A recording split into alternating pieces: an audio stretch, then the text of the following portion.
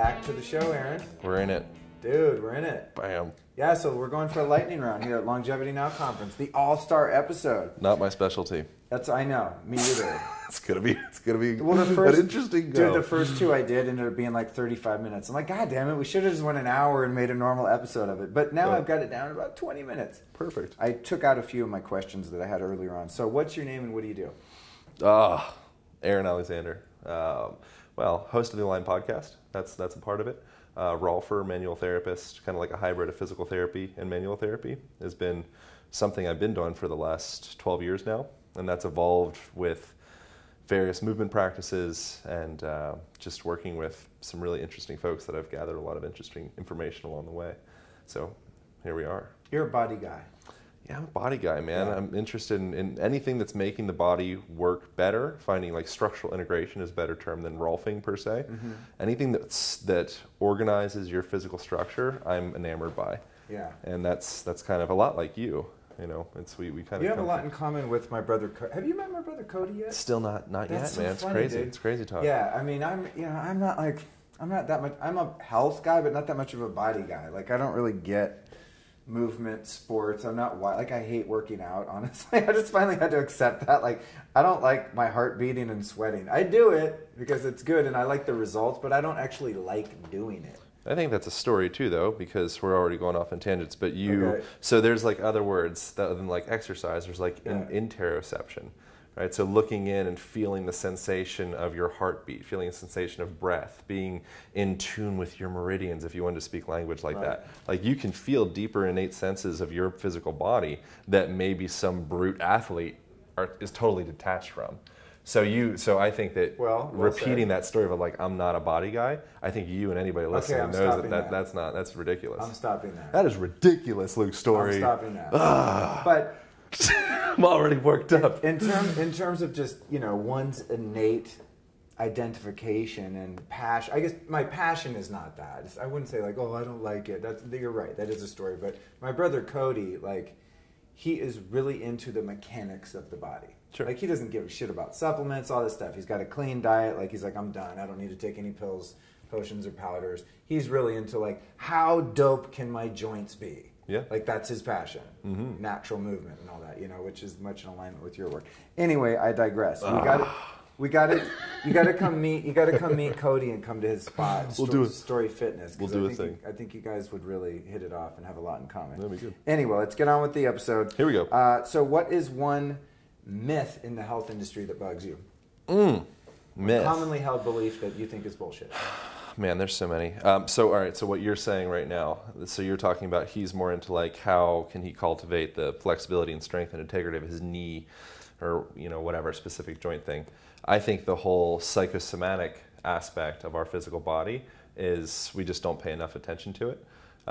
So the power of your thought, the power of meditation, the power of finding stillness in your body, we're so more like yang, like go, get after it, get it. And, so I think that the belief that by more doing is going to make you better all the time, I think that's a common misbelief. And so giving people more space to kind of pull back, and so realizing that all the stuff you're doing with like the interoception stuff and feeling into like all like the meditation, all that, that's just as valuable, if not maybe even like more valuable than some of the actual movement stuff. So I guess that's a really nebulous answer. It's not really an answer at all. But I like it, though. It's cool. more. So to tie that up, more do equals more results. I don't think that's accurate. I think that to pull back a little bit and find a balance between do and like be. Yeah. We don't know how the hell to be. I actually relate to that because when I am on a tangent over at Story Fitness and I'm working with their systems and the stuff that Cody's created over there, I've got to say I do enjoy the sense of being in my body more when I'm in that. Like, I feel subtleties in the way that I move and I hold myself and my posture and my alignment. I find myself kind of enjoying moving through space and time more when I'm tuned up in that way. Yeah, I think working in instead of working out. So you should be able to have a big turkey sandwich in your belly and still be able to have a movement practice. If you have to be totally light and fasted and like, go get it all juiced up on nootropics and creatine in order for you to have an exercise session, that's fine. That's an option. And then there's this other space of just feeling how balanced your foot is on the floor in relation to your knee and your hips. Can you feel your glutes engaged? Can you feel a stack from your head all the way down into your feet? Making that connection, now we're really getting into some like the magic of being a human. Yeah. If it's all fucking push-ups and squat thrusters, it's like, what are you doing, dude? You're not a slave. Yeah. Cool. I like that. Was that okay? Totally. Was that an answer? That was rapid. No, it's really cool because I actually relate to that. I just grounded into that experience. It's very cool. Cool. Have you ever overdosed on an herb or supplement? I've had sensations of overdosing on. Oh yeah, I have sugar. I've overdosed on sugar. I've gone to the point of having like pretty bad anxiety attacks. Like I thought I was dying. So I was in my office in Oregon. I had a clinic in Bend, Oregon at the time. And I was about to do some public speaking stuff that made me a little bit anxious as well. And I had this hookup with a local farmer that was all raw honey. And it was raw dairy, raw honey, all sorts of good stuff. And I was ODing on this raw honey just to check it out. And to the point that my blood sugar levels were so off. And there was some other anxiety things as well. But I'm pretty sure it was the blood sugar. That I went through this like stint of 2 weeks of having these really gnarly anxiety attacks. Like I at the time I thought I was going to die. I was crawling. I fucking had to crawl to the hospital. It was not. God, dude! Wow. It wasn't good. I had a client in the other room, and I had to like text them. I thought I was going to die by myself inside my office because I was too ashamed to like invite the client in and be like, I think I'm dying right now. I need you to help me. I was like, you got to go. I'm having diarrhea. Or whatever I said. Wow. And then I slowly made my way to the hospital, and they're like, we can't do anything for you. You're like, stop eating so much damn honey, hippie. Yeah, that's eventually what it turned into. So I was eating a lot of butter at the time as well, because I had the raw butter hookup. Yeah. And so I was thinking that I had like clogged up my arteries in like 2 months, and like, no, you literally, you can't do that. Like it's physically impossible. Yeah. Like, you're having an anxiety attack, like, we know what this is. Right. And I'm like, no, you don't understand the butter. Right. Like, you freaking hippie, please leave. Well, I actually learned something yesterday about that old concept of, like, eating saturated fats, and it accumulates and eventually, like, gets solid in your veins.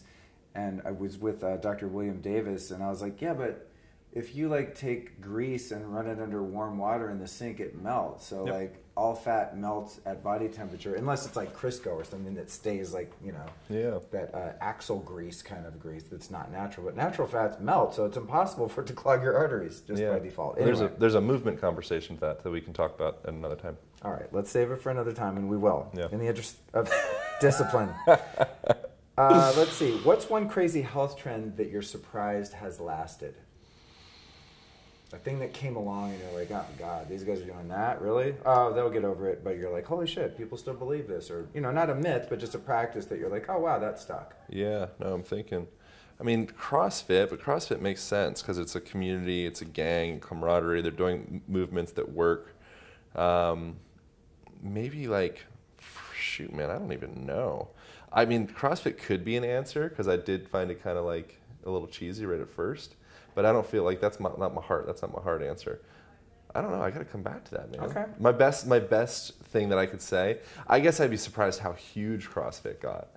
That was something because I was definitely I was in like the CrossFit space with some friends doing it, and when it was just like these crusty little box gyms, and now it's just like CrossFit, of course. It's funny how things like that happen, where you just assume something is just like, oh, of course, that's like Tony Robbins, or it's like, yeah, he's Tony Robbins. It's like, no, Tony Robbins is not just always Tony Robbins.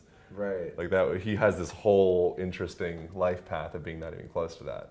Right. It's funny how evolution happens that way. Awesome. I love that one. CrossFit. Okay. What are 3 dietary toxins that people should avoid?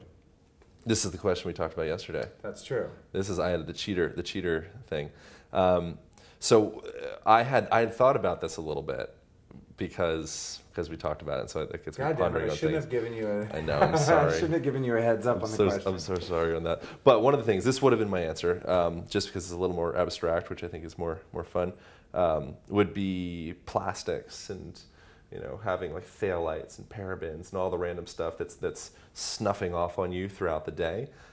Scratching your fork against your Teflon pan and not thinking about it. Just all the, we think of, so when you say like nutritional whatever language you use. So, you know, like the food. Dietary toxins, like Dietary. things that end up in your body through eating. Well, so that's drinking. So that's the thing is I think expanding your perception of what goes into your body beyond just what goes into your face hole. Right. You know, so what are you eating? You're eating the sun in a sense. You know, when the sun hits your body, your mitochondria are able to actually convert that into ATP, you know, usable energy. You know, when you're putting a shower over your body, you're getting chlorine and city water going straight into your pores. You know, so that would be something, would be a thought, would be some of the environmental factors. You know, so phthalates, plastic bottles, stuff like that. The other one, I would agree with what everybody else said with crappy sugar. So I wouldn't say all forms of sugar, but so like refined cocaine style sugar. Cocaine style sugar. Yeah. I think that's not what you want. And then can I go abstract again, just for the hell of it? Dude, go nuts. EMF. This is the lifestyle. Yeah. So the other one that I would say that's penetrating your situation that we may not be thinking about is cell phone radiation. You know, so again, that's penetrating you just the way any of the food that would go into your face hole, you're putting the phone right up beside all your face holes. You know, so that would be something that I'd be thinking of is I think pound for pound, there isn't one single, whatever you'd call it, toxic substance in our culture that's more deleterious than cell phone, because we're glued to it now. Yeah. It's always blasting us. Yeah. Decreases bone density, actually. When you keep a cell phone closer to a specific area, you can actually measure the bone density around there. Ends up diminishing. That's so gnarly. So that's a bone, right? Think about what it's doing at like an electrical level. Your bone is electricity. But I think what it's doing at like a synaptic level, you're putting it up to your brain. Yeah, dude, it's so hard for me not to be controlling. Like, I'll walk by someone and they're like, "Meow, meow, meow, meow," on their phone, and I'm like, oh, the controllingness of me is like, don't do that, no, no. And I'm just like, that's their path, that's their journey. Put your phone on grayscale. None of my business. That's a really helpful thing. So if your phone's not on grayscale, yeah, that's like a no-brainer. To me, the number one toxin now, as I'm doing more research and interviewing more brilliant people, is probably bad lighting, like the blue light thing and just unnatural lighting like we're in now. Yeah. Not just psychosomatically, but I can feel, because I haven't been outdoors today, because I've been recording literally nonstop. Yeah.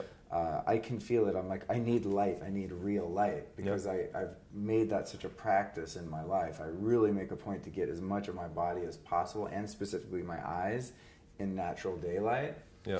That now when I'm missing that, or even at night when I'm under like harsh blue light, I'm like, oh my God, people live like this all the time and they don't even know. Yep. It's so gnarly. You only have so much reserve that you can go. So right now we're essentially in outer space, right? So when you go back into the woods, you know, and you get the fighting sides and all the, all the stuff they talked about, you know, and the light and your grounding and all that, that's like, you're pulling a breath of air. You're getting back on the teat.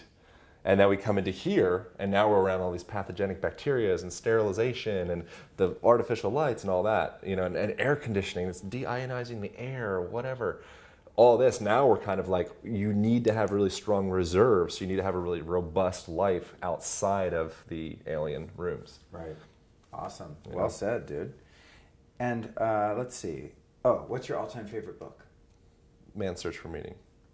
Dude. That's so funny. I was just talking about that in the last interview. So good. As a book that I've always, 2 interviews ago, that I've always wanted to read. Oh, read it. Yeah, Viktor Frankl, right? Dude, yeah. Read it tonight. And I've never. It's a short read. It's like on my list, and I never get crank to it up. She was talking about Joseph Campbell, The Power of Myth, I think. Yeah. That's one of those other ones. It's like these iconic books that it's like, well, of course you've read that. I'm like, no, embarrassingly. Joseph Campbell's harder to read because it's a little more abstract and it gets into various mythologies and stuff, and you got to really have like you're not a thinking cap, but you got to be like have the popcorn out. Yeah. Man's Search for Meaning is like, you'll drop in, nail it, blow your mind. You'll be done in 6 hours. Oh, cool. Okay, done. On it. Maybe after like 250 people in my lifetime recommend it, I'll finally read it. What's one physical issue that you cannot seem to fix by natural or medical means within your own body? Varicose veins, man. Yeah, I'm trying to sort that out. Really? Yeah, people can see I have like videos and stuff. I have people some are of like, those. I have some of those. veins? That's what these are, right? I have some of these in my ankle. Yeah, mine are more nar than yours, though. Really? Yeah, I'll show you my guys so people can see them on the vid. So I have like these little fellas coming out. Little, holy shit! That looks like you have like giant cobras under your skin. Relax, Luke. Luke's getting all hot and bothered by my cobra skin. I thought varicose veins were like those tiny little skinny ones. No, just spider veins are different. So varicose veins come from so venous flow goes back to the heart, as everybody already knows. Okay. Arterial flow goes back away from the heart. Mm-hmm. So when that venous flow goes back up to the heart, you need to have valves at various different places to allow that blood to just go one way and not drop back. If you have some type of valve dysfunction, like apparently I do, then that blood kind of trickles back a little bit. Oh, trippy. Yeah, so I've been working with, I have a feeling it's more of like some abdominal or inguinal pressure stuff. I'm trying to sort it out. I'll keep people posted on it. Cool. Yeah. Well, that would be some great content to share if you overcome that, and figure out you crack the code. When I overcome that. Yeah. Well, yeah. Language. That's me with my back pain. It's like when I get this fixed, I can't wait to tell people about it. What's your favorite alternative health device or technology? Biomat.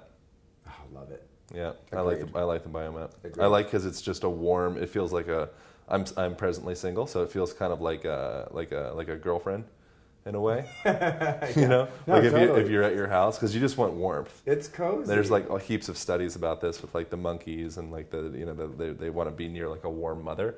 We're biological creatures that we want to be around. We want to be in a tribe. We want to be just like holding and in a little cuddle puddle. Culturally, that's like a weird thing to be in a cuddle puddle, like a freaking hippie. You like go to Burning Man, but you go to Burning Man, it's like, oh, it's like we're like a bunch of monkeys. You're like, yeah, that's what you are. Why do you think when you like let loose, you start doing stuff like that? Because that's your biology, that's your evolution. Right. Yeah. But now we're in our own little bubbles, and it is a very cozy feeling. Oh, I bring it on long drives. I bring it on the airplane. My Biomat is like my blankie. And it impresses everybody. People dig it. You know what? Have you discovered this with the Biomat when you are dating a woman? Is that it cures menstrual cramps? Oh, dude! If you are ever with a friend or girlfriend or whatever, and they're like, "Oh my God, this sucks. I have cramps." Lay them down, put the Biomat on high, and just drape it over their abdomen. 20 minutes, no cramps. I'm kind of enamored by PMF right now too, but I don't know enough about it to speak on it. Yeah. But I find it interesting. It zeroed in on some places in my body that I know are like points of tension, and it just like burp, like we know also. Wow. We're tapping into you. I love PMF. Yeah.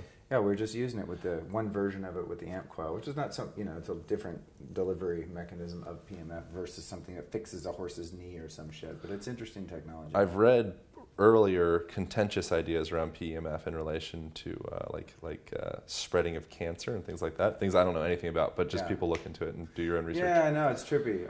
There are some people out there that are like, whoa, don't mess with PEMF. Yep. Yeah, there's both sides to that whole thing. Yeah. It's one of the ones that it's like grounding. A lot of people have different opinions on whether or not that, Grounding's less contentious though. PEMF is like this might actually end up spreading. So the idea is it spreads all cells, so cancerous cells, like any form of cell, it helps with cellular regeneration.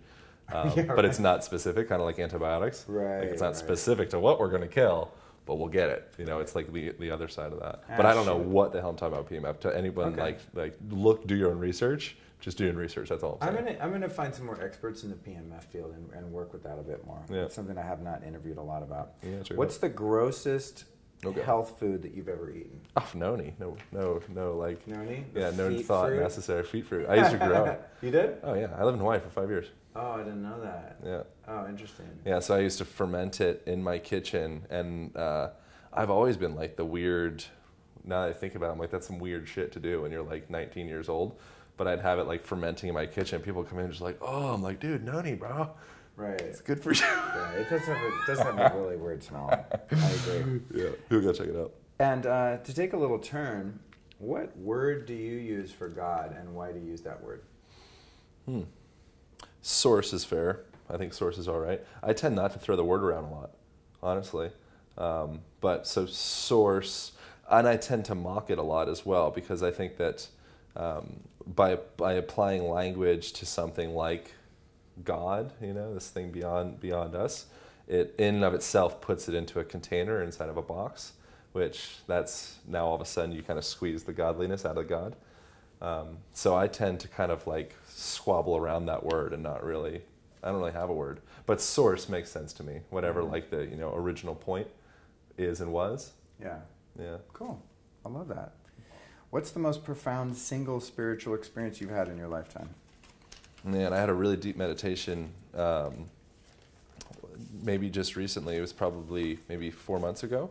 And it was the first time that I had a full body, ego, what have you, dissolve type experience. Like literally I was just floating through space. You know, my body completely vanished. And I was just this little point of consciousness kind of moving through space. And it was from a sitting, I just had to sit for 40 minutes. You know, I'd always done these little like, you know, sissy meditations for 15 minutes and like I got the app and all that stuff. But did a real proper good sit. And I think accountability is a really big thing for people. Of just like if you want to do a meditation, you're probably not going to go in that deep by yourself unless you're, you know, someone that's not me. It's harder for me. So having that accountability put me into a space where we're all kind of like teaming up forces. And so that was that. I've had a lot of like psychedelic experiences as well, but that was interesting to not have any type of third party type substance. Yeah, that was cool. What would you recommend to someone who's interested in meditation but has a really difficult time feeling successful with it and deriving benefit from it? Well, the Headspace app is good. You know, I'm sure you've talked about that and people are already familiar with that guy. It's pretty popular at this point. I think that's Headspace is a fine example of something to get you started on knowing what meditation is and what it isn't. I think that's a big issue with people is when you don't. It's kind of like when you look up at the stars and you see just a bunch of dots in the sky. You're kind of like, yeah, whatever, it's up. It's like, yeah, but it's so much more. You know, so to have someone start to elaborate on, oh, well, the light came down and it's millions of light years and it's orbiting and refracting. You're like, oh, wow, it's starting to it's more interesting. You know, so with meditation, I think a lot of people, they just don't get it. You know, it's like, what is it? Am I doing it right? So having a guide of saying, it's not that big of a deal. You know, here, if you just do exactly what I'm telling you, you're doing it right.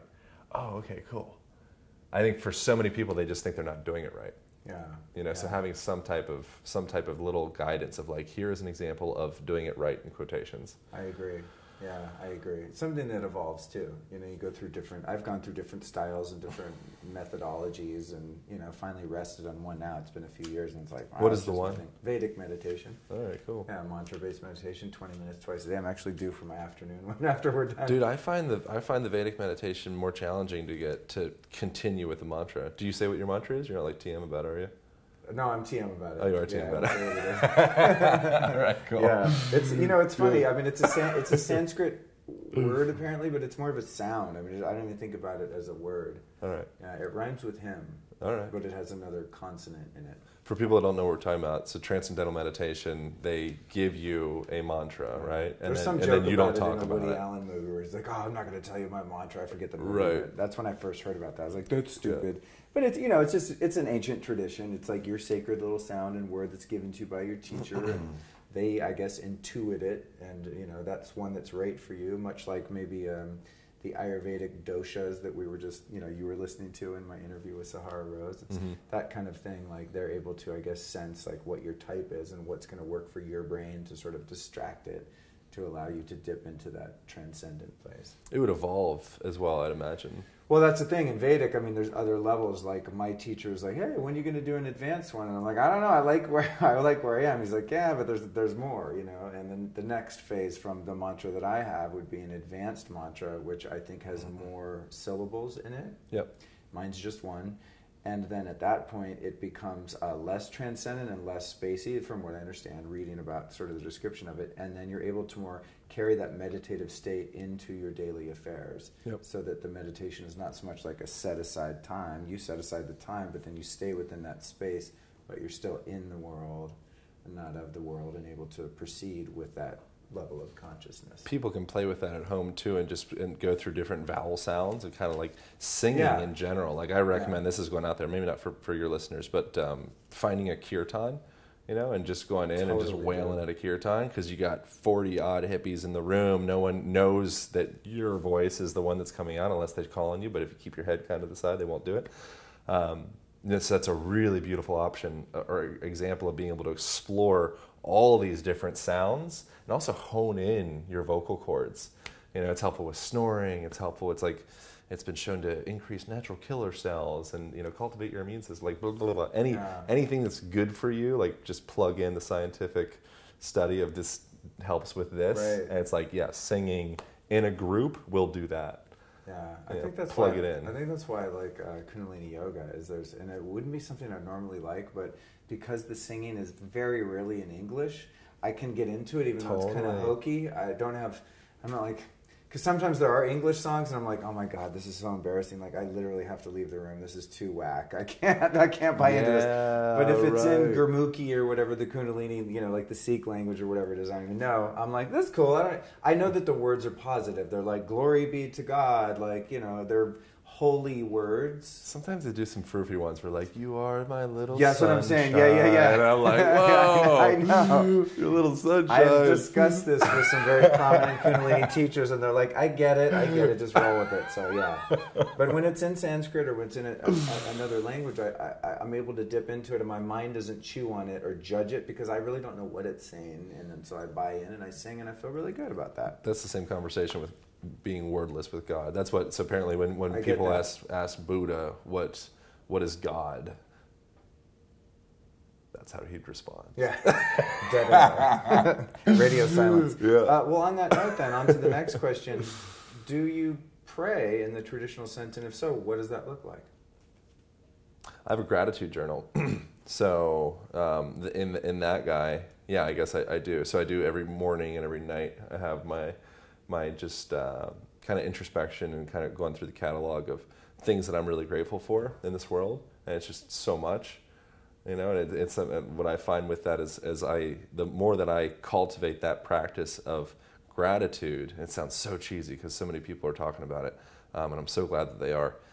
You actually get better at it. All of a sudden your catalog gets bigger. It's really interesting. The more that you actually go in and realize how much good shit you have in your life, all of a sudden it's like bunny rabbits. They start multiplying. Yeah. And it works the same way with negative thoughts too. Bingo. For me. There's a magnetism. Exactly. If I'm like, oh fuck, it's raining again today, then I'm like, oh, my car sucks. Oh, how annoying, another email. And I'll just like go down the magnetism of negative thoughts. And I won't go to bed without having a moment. Like I'd like to be better about having like a proper, like at least like a 15-20 minute meditation before I go to bed. Sometimes I'm just like tired and don't feel like it. But I will almost always, pretty much always, at least go through my little gratitude list of like what was rad in that day. Yeah. And what could I have done better. The gratitude list. The gratitude. Bro. So much gratitude. But within that, the radness of the day though, it kind of puts like a cap on the day. I think too often we just allow each day to blur into the next, and then 10 years later it's like, what happened? Oh, I don't know. I'm still doing the same job with the same, nothing really shifted. It's like, well, you never put a cap on any individual day. You put a cap at like January 1st, you're like, put a cap on it. Do that every day. I find it to be really beneficial. Very true. Sage advice. Yeah. Name one spiritual teacher or practice that you have abandoned. Boof! Abandoned. Something that worked for a minute and then you were like, meh, I'm good. Dude, I'm like the ultimate abandoner. I abandon everything. We should probably work on that. We need to have a therapy session. I mean, Kundalini. Kundalini is one of those ones. No, I got one. Because I like Kundalini. Bikram. I abandoned Bikram. I had a bit of I did too after one class. Yeah, I wasn't feeling that. So Bikram, there's a little bit more of like a dictatorial type approach with the teachers that not all teachers. I'm sure there's some Bikram people out there that are like, just grinding their, just grabbing their knees right now grabbing their knees. That doesn't make any sense. But they're getting all worked up about talking shit on Bikram. A lot of people do.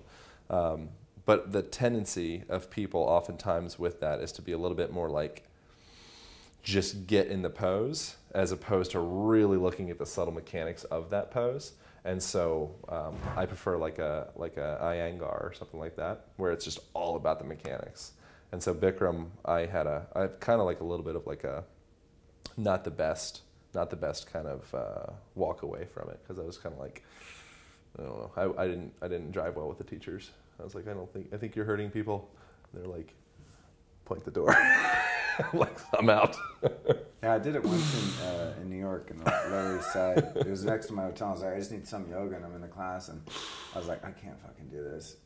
And so I walked out, and the teacher chased me, and they were cool, but they were like, dude, you're ruining it. Like, you're not going to get any effects. You're like almost there. Like, come back in. I was like, and I kind of people pleased and went back in. Yeah. But I really wanted to leave. Yeah. I was unable to assert myself as much as I am now. Now I'd be like, sorry, bro, I don't care if I'm ruining it. I do love hot yoga in general. Yeah. And men in diapers. Yeah. Just the combination of the two, not. All right, what's one personal flaw that you've had the hardest time overcoming? Like a personality flaw, character flaw. Personality flaw. Probably asserting myself. There's probably a lot if I went to the laundry list. But yeah, asserting myself as being intelligent or being strong enough or being masculine enough or being just enough in general. Mm-hmm. That's been something that since like a fairly young age, like 14, 15, I think in the last one I talked about like my dad struggling with some issues around drugs and things like that. I think I put on a lot of like layers of protection with that, and there was a sense of like just feeling like not enough essentially for whatever reason, like that attached pretty early. And yeah, so that's just being able to step back and allow things to come to you, as opposed to feeling like you have to like grit in and make everything happen. Yeah, that'd be it. Cool. Yeah, I relate to that. yeah. What's one incurable disease that you've witnessed as being healed naturally? Poof, man. That's a really tough question. It's a big one. Incurable disease. I don't know, man.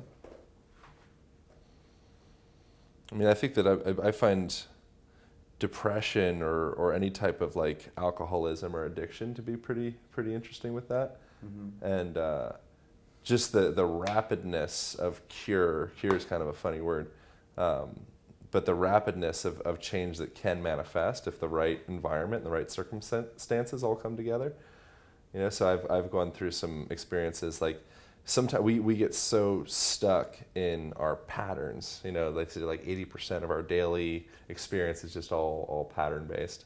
And so having a really strong pattern interrupt of any sort. So people say for like cancer, for example, or we're talking about addiction, you know, they go down to Peru and they do ayahuasca and they have the whole thing. And you could put it on the ayahuasca or you could put it on the shaman, but really what I think it is just this really strong pattern interrupt, you know, where they're just so stuck in their ways. And that's something that I think is just really fascinating. I've seen that addiction and depression, either I think depression maybe could almost be like a form of addiction in a sense. Yeah, totally.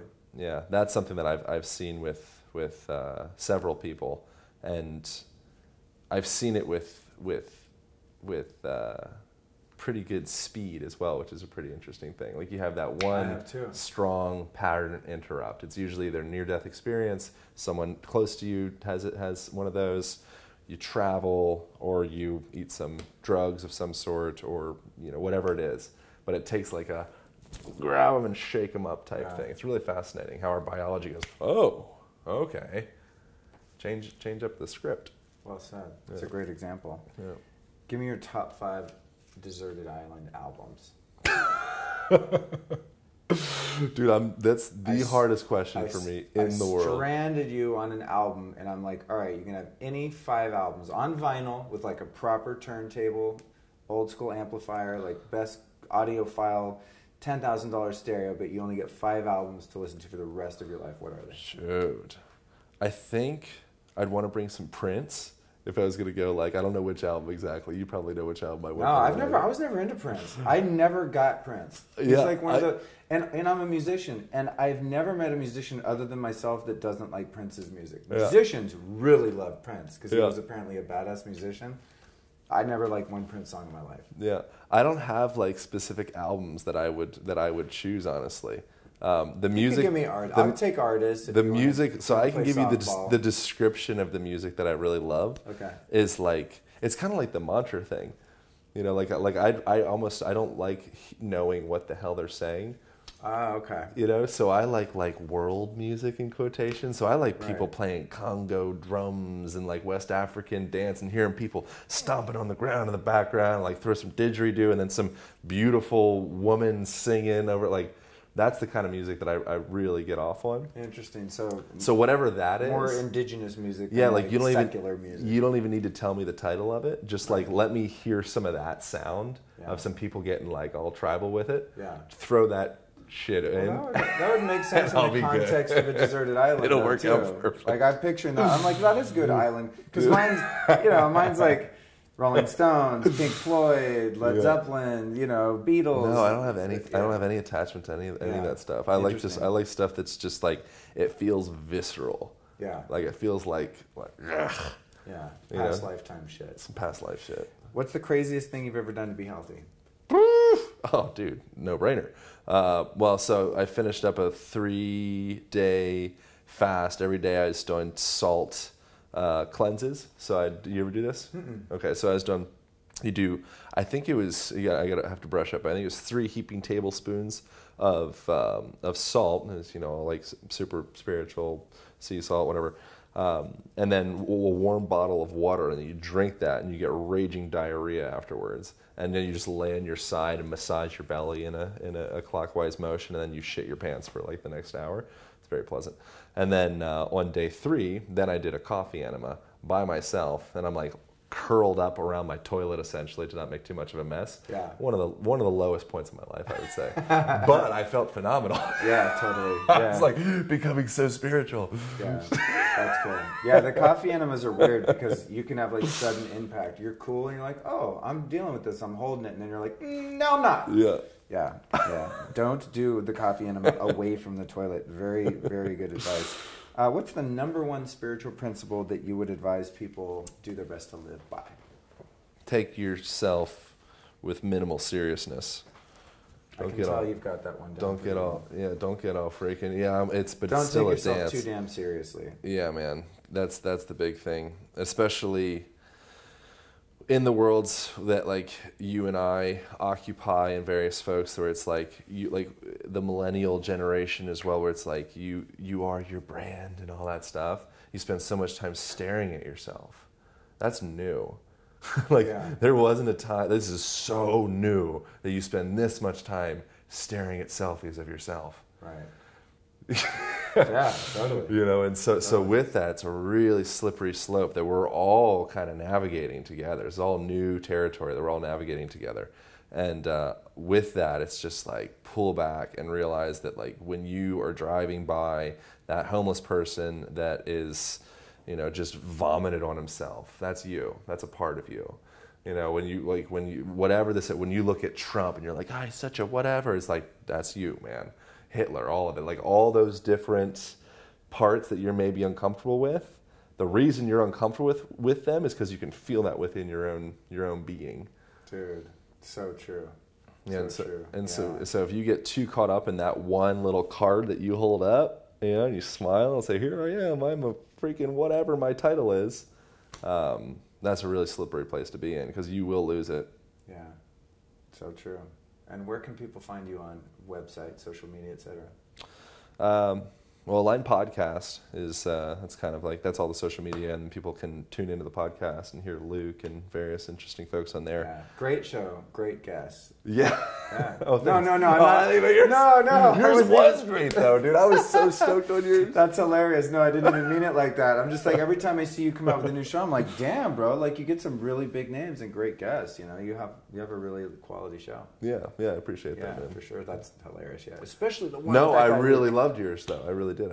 I quite enjoyed that conversation. Oh, cool. Yeah, at some point we'll definitely do another one of those. So stay tuned in for that. And then aligntherapy.com. On there, people can, if they're interested in movement, which you didn't talk about at all, and that's kind of like the only thing that I'm really worth my salt in, I think, is talking about those conversations. There's a 5-day movement challenge. People can get on there and start moving better immediately. Awesome, dude. All right, well, thanks for joining me, brother. Yeah, brother. Anytime. Right. Ciao. See you soon. Bam. So what's your name? My name's Sabrina Ricci, and I'm a Kundalini yoga teacher and spiritual mentor. Hot damn, Sat Nam. Sat Nam, Waheguru. What's one myth in the health industry that bugs you? That ayahuasca is only about like the dark side. Interesting. Yeah. Wow. Okay. Yeah. And have you ever overdosed on an herb or supplement? Have I ever overdosed on an herb or supplement? I actually took too much niacin once, and that was like crazy. I know that one. Were you doing a sauna thing? With No, the I niacin? was just like eating all the supplements and like doing all the things. Yeah, and I was just like my body was on fire to a point where it was like too much. So Did I you think become a human lobster? yeah. Yeah. Yeah, I was like fire engine red. Oh fuck! Oh, you he know didn't what? push record. All right, that's cool. See, behind the scenes, people. This is real life. You know what's funny? Actually, I'm actually posting that on your Instagram. I got that whole. In 150 fucking episodes, I've done a lot of weird shit, but I've never not pressed record. Perfect. Okay. I'm glad to be the first. So there we are in 3, 2, 1. So who are you and what do you do? I'm Sabrina Ricci, and I'm a Kundalini yoga teacher and spiritual mentor. Well, you sure are. Satnam to you. Welcome to the show. What is one myth in the health industry that bugs you? Ayahuasca being just about the dark side. Okay. After I was struck by lightning, I had a huge traumatic experience, and I was a lot of paranoia, PTSD, and that helped me realign again. This is supposed to be a little short thing we're doing. That's 15, all I'm saying. 20 minutes, Yeah. but it is really hard not to unpack the being struck by lightning. Yeah. I'll just leave it. I'll leave it as a teaser because it's pretty intriguing. Yeah. Have you ever overdosed on an herb or supplement? Yes, niacin became a human lobster. You get turned real red, Yeah. huh? Real Yeah. uncomfortable. Yeah. I know that feeling. I've done it many times. What's one crazy health trend that you were surprised has lasted? Has lasted. Let me tap into that. I think a lot, like some flushes, like I don't feel like the colon can really be cleansed just by doing like a juice cleanse for 3 days. And so I feel like to really do the cleaning, you have to really go in. Yeah, like colonics Yeah, and stuff. yeah. That's so funny. That's really awesome that you said that because when I first got into health back in the 90s, the first doctor that I followed, naturopath that I followed was Dr. Richard Schultz. And he was like all about the colon cleansing. Yeah. First, then you start detoxing the organs. Then you do the gallbladder, you do the liver, you do the things. But first, you got to get that pipe cleaned out. And so he would recommend a series of colonics. And that's really what got me well. Yeah, because I don't think if the intestines is like 32 feet long, a 3-day cleanse isn't going to clean you out. Yeah, especially if you've been, collecting fucking Cheerios in there since Forever. too. Yeah. Yeah. What are 3 dietary toxins that people should avoid? 3 dietary toxins that people should avoid. 3 dietary toxins. I don't know. I have to really think about that one. Okay, think and we'll edit out the break. Okay. I'm waiting for the download. I think cold water, like it's really interesting. Like I don't think cold water is very helpful. Like I think warm water I'm doing a lot with like digestion and stuff, so I've been reading up a lot about that. So I think the cold water kind of thing, Drinking cold water? Yeah, which was interesting because even like David Wolf was talking about like I drink cold water and that helps me, but to me I just feel like that really shuts down the fire. So I would say that even though it is water. Also, I think not so much with toxins too, but I think just overall like mindset, like everyone has their own thing. So I think what could be a toxin is just reading everyone else's, like you have to do this to be healthy, you have to do this to be healthy because everyone has their own kind of like thing. So I think that could be like a mental kind of thing that could really happen. Trying to like do what everyone else is doing, but then it doesn't resonate with your body. And I think another toxin too, again with mind, is just like overconsumption of like ideas and stuff because it really clouds like a lot of cloudiness rather than going within. So I think a lot of the toxins are more outside than more so like ingesting through supplements and things like that. Interesting. Yeah, that's an interesting perspective. I've heard some spiritual teachers talk about the sort of emptiness of health fads and being obsessed with like the vessel, the body, and trying to make it well and say that, dude, you can kind of eat whatever you want. If you believe it's good for you, it's good for you, like the power of the mind. like blessing it. So I think a lot of it is just like there's so much noise in today. So I think like social media, I think is a major toxin that we're dealing with, and like the EMF waves and like our addictions to our phones. And that's funny. Just randomly or not, last night I went down to the cafe here at the conference, and I was freaking. I mean, this is like health food things. So there's no like real food around. Yeah. I'm like eating freaking goji berries, dude. Give me a steak. You know what I'm saying? So I went down to the cafe last night and I was like, I just need something greasy and meaty. So I want to feel full for the first time in 3 days. And I had like a like braised short rib sandwich without the sandwich. So it's just like tons of melted cheese, like totally not organic, not legit, over some, you know, mystery beef kind of situation. Yeah. And I looked at it and I saw my mind go like, oh, this is toxic. I'm going to be sick. And I was like, no, fuck that. And I literally said a prayer. I was like, God, please bless this GMO food. Make it the healthiest meal that I've ever eaten. And it was so delicious. I would also say I really enjoyed it. I would say the judgment too of other people with their food choices, I think, is very toxic. Because a lot of people don't know their stories and what they've had to endure, and everyone's like, depending on what their naturopaths or doctors are doing, like so much shame. I think shame is a major toxin, so I think it can be a lot of that. Yeah. Many of us, including myself, go through that phase. You could talk to a few of my ex-girlfriends and they'd be like, yeah, you need to hear that one. Yeah. Out to dinner, and I'm like, you're going to eat that? Yeah, like, well then there's that oh my judgment, and God, that's just more toxic. Yeah, For sure. What's your all-time favorite book? My all-time favorite book is Joseph Campbell, The Power of Myth. Awesome. I never read that. What? Yeah, I know. It's like all about the hero's journey. No. Yeah, I know. Yeah, that, you know, that was game changer. Another big one is what's his name? Frankl, I think. A Man's Search for Meaning. Viktor Frankl is one of those like seminal books. Okay, well I haven't read that one, so we're balanced. I haven't either. Okay, but that's like never one mind. of those ones that's like everyone's most meaningful book, seemingly. And I'm like, one of these days I'm going to read it. And I just never get to it. Yeah. The story of it. Are you familiar with the premise of it? I've heard of it, but not yet. So Viktor Frankl was a Jew that was in a concentration camp, and his whole family murdered. And he learned how to transform his perception of that experience and change it. Almost like the film... I don't know if the film Life is Beautiful. Oh, La Vita Bella. That's one of my favorite films. I don't know if it's about him, but it's a similar kind of thing where he's like, you know what? This is bullshit. I'm going to create my own reality of this situation, and made apparently a very profound spiritual teaching out of that horrific experience. That's really interesting. I almost was a Holocaust studies minor in college. Really? Yeah, I went to Chapman down the street from here, and they had a huge Holocaust museum on campus and stuff, and I've been fascinated by it since I was younger. So a lot of the sociological kind of thing. Yeah. So let's make a goal for ourselves to perhaps read that book. Yeah, deal. One day it might be our favorite book.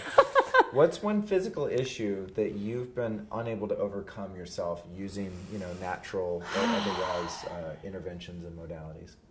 One issue. I think a lot of it has been the stress and like the overstimulation just from exterior of what's going on, like constant advertising and things like that. And I went to school for marketing, so I have like that marketing mindset. So just that, and then you can be a lot of that chatter and the noise. So it always good, the meditation, like doing that more and more is a practice. But I feel like, especially like being in LA, because now that I live in Joshua Tree, like I don't see any of that. But when I come here, and also with my nervous system after being struck by lightning, it can be like really toxing on my body. Yeah. So it's just like, like breathing into that and like really being able to navigate through that. Cool. Yeah. What's your favorite alternative health device or technology? My favorite, I like working with crystals. They've really helped me. Yoni eggs, I think, are really potent. Tell the audience what yoni eggs are. Yoni eggs is when you put a crystal. This shit cracks me up. When you put a crystal up your yoni, your vagina, and you're like doing Kegels or meditations and things like that. So a lot of it, you can get a lot of trauma pulled out that's stuck inside your sacral chakra as women, and also use it as power. And it's been used in Chinese medicine forever. So yeah, so that's I think where it comes from. I was curious. Yeah. Yeah, I see women post about that, and I'm like, damn, y'all are daring. You're like zero fucks Yeah, I've got like 4 different stones. That's interesting. Yeah, That's so working with that, I think, has been really potent. I wonder what the male potent. version of that is, like weightlifting with your, like a strap around your back or something. Yeah, let me know how that works out for you. I think we call it Cialis. Yeah. What's the grossest health food that you've ever eaten? The grossest. There were some things downstairs that I was like not down for. But it's very interesting because like even working with like essential oils and stuff, a lot of the times they're like the things that are the grossest are the things you actually need. So sometimes I don't even know what I'm like. Everyone's like, take this, take this, take this, because there's been so much of me just like exploring on how to heal my body, especially after like having so much sensitivities since the lightning accident too. And so that like, was a really profound event in your life. Oh yeah, like I was in, I took a 4-year sabbatical where I like hid in my house for almost 4 years because everything was so intense. Yeah. Wow. Yeah. That's like the ultimate EMF blast. Yeah, for sure. Or hell. It was by the windmills, like on the way, like near Palm Springs. So there's a lot of energy being generated there. God damn.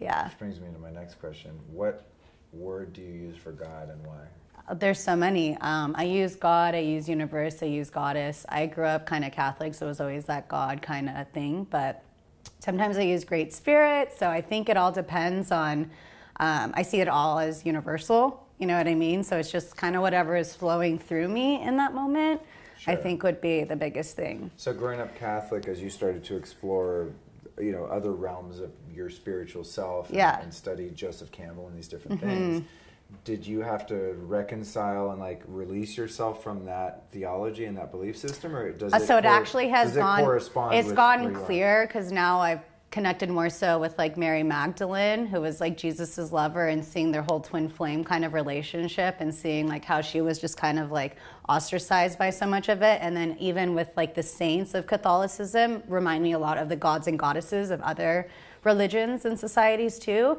So if anything, it's like I don't really consider myself Catholic anymore. I understand that's my roots, but I think the bigger picture is like the universal kind of thing, that everything's Joseph Campbell, like it's all mythology. It's just like different. My grandfather used to always say like same story, different actors. So it kind of is like that kind of thing. So to be able to cut through a lot of that like religious stigma, which was very strong for this last full moon that I felt, was like cutting through a lot of that. Cool. Yeah. Interesting. So you were able to kind of integrate that. Yeah. Because it's still of honoring where I've been. Like that's a huge work of a lot of my work is honoring like the shadow and where you've been. And I like went to Catholic school for 8 years and all of that. So there's a lot of like damning and shame and all of that. I've heard that. And that never really resonated with me because I was like, God's supposed to be loving. So like, why is there judgment? But it's so much of that like patriarchal kind of thing. So to help bring in the matriarch and to also restore the balance of the masculine and feminine, like I found through Kundalini yoga, it's been really like being able to see that as like a wounded part of the divine masculine through that stigma and that kind of like idealization. And now it's like, okay, so as the divine feminine continues to rise, we're holding space for the divine masculine to rise. Wow, hot damn. I love it. Do you coach a lot of women and stuff? I do, yeah. Oh, good. Keep it up. Yeah, thanks. We need that. as a masculine, trust me. Bring that on, please. Yeah. It's like the antithesis of some of the more toxic forms of feminism. It's like, wow, so many people are really off track. I just posted a thing on Instagram a couple weeks ago how like I don't believe the future is female though. I believe the future is all inclusive. I love that. I always kind of take offense to things like that Yeah. that are so like, it has an exclusive tone Yeah, to it. because you need to have solutions. You know, it's like Mother Teresa would always say, I will never go to an anti-war rally, but send me to a pro-peace rally. So that's the big thing for me is like, how do we find solutions and see everyone is equal and recognize that everyone brings different things to the table and realize it's all part of. Yeah, because how we got here to this place of imbalance is by men being the future and excluding the feminine over the course of history, at least history as we know it, right? And so the answer to that is not like, oh, cool, well, fuck you. We're going to exclude you guys now. Yeah. That's not it. Well, then we're just going to go the same thing. It's like the pendulum swinging and there's no balance. So that's a huge part of my work is finding that sacred reunion of the divine masculine and the divine feminine within us so that it can be also seen without us. I appreciate that. That's cool. Yeah. Yeah, that's a very awake point of view. Thank you. What's the most profound, single most profound spiritual experience you've had in your life? The single most profound when I went to John of God in Brazil. What? You did that too? I was just interviewing Scott Lindy about that. We did a lightning round like this, and he just touched on it, and then afterward we shut the mics off, and he's like, so you want to hear about John of God? I was like, turn the mics back on. Yeah. So what was that like? So I went, it was kind of like I heard the call. My grandmother was dying of mad cow disease, and I was like the second family member to die of mad cow disease. And so, so I was like, wow, what is going on? So I went with one of this woman I did my yoga teacher training with in Encinitas. She's a shaman, and she's been like one of the like people that have been like honored to bring groups. And so I went and I had my spiritual surgery, and I was going in to do my meditation, like to meditate for 8 hours, where you had to sit with your feet on the ground, your hands open, eyes closed for 8 hours. And I had the blessing of having the sun in the window, like right by my face. So after my surgery, I went to go like meditate, whatever. I opened the door, whoosh, I whited out. I like had to push through the crowd, and I was like a ghost. And so I asked my shaman, I went in and had to do like, I thought I was doing the whole surgery again because this was in Brazil. And I was like, oh no, I can't do this. I have to teach at a festival like that weekend, the next like a couple days later. And so I was like, what happened? And she said the entities needed your light to help heal the 1,400 people that were coming in, and they replenished you with a new light body. Damn. Yeah. Heavy. Yeah. Wow. Yeah. Amazing. I love the answers to these questions. I'm going to start doing more of this format of show. They're so fun. I do them at the end of every one of my podcasts. Yeah. Yeah. Yeah, that's cool. Sovereign Goddess podcast. That's cool. Yeah, and I'll be on there one of these days. Yeah, you're going to be my first man. Oh, good. Yeah. Oh, man, I better bring it. That's bring it. That's an honor. I don't want to disappoint. Shit, I got to get my consciousness level up. Yeah, bring it on. Well, we'll be at Sanam Fest, so. Yes, yeah, cool. So we'll be there. Fun times. Yeah. All right, so I already know the answer to the first part of this is yes, and that is, do you pray? And if so, specifically, how do you do that? What does that look like? Yeah, so I do pray. I even pray for guidance now. So the big thing is like, if there's something that I desire, it's like, show me like what is required of me to become a vibrational match to what it is I desire, and going into that space of surrender. So I call in a lot of my entities, my guides, Mary Magdalene, so a lot of those things. But I think every morning I do my sadhana, and that's my prayer. And like I read A Course in Miracles, I do like affirmations, I pull my cards, whatever is like kind of coming up. So my idea of prayer is my living, is how I live too.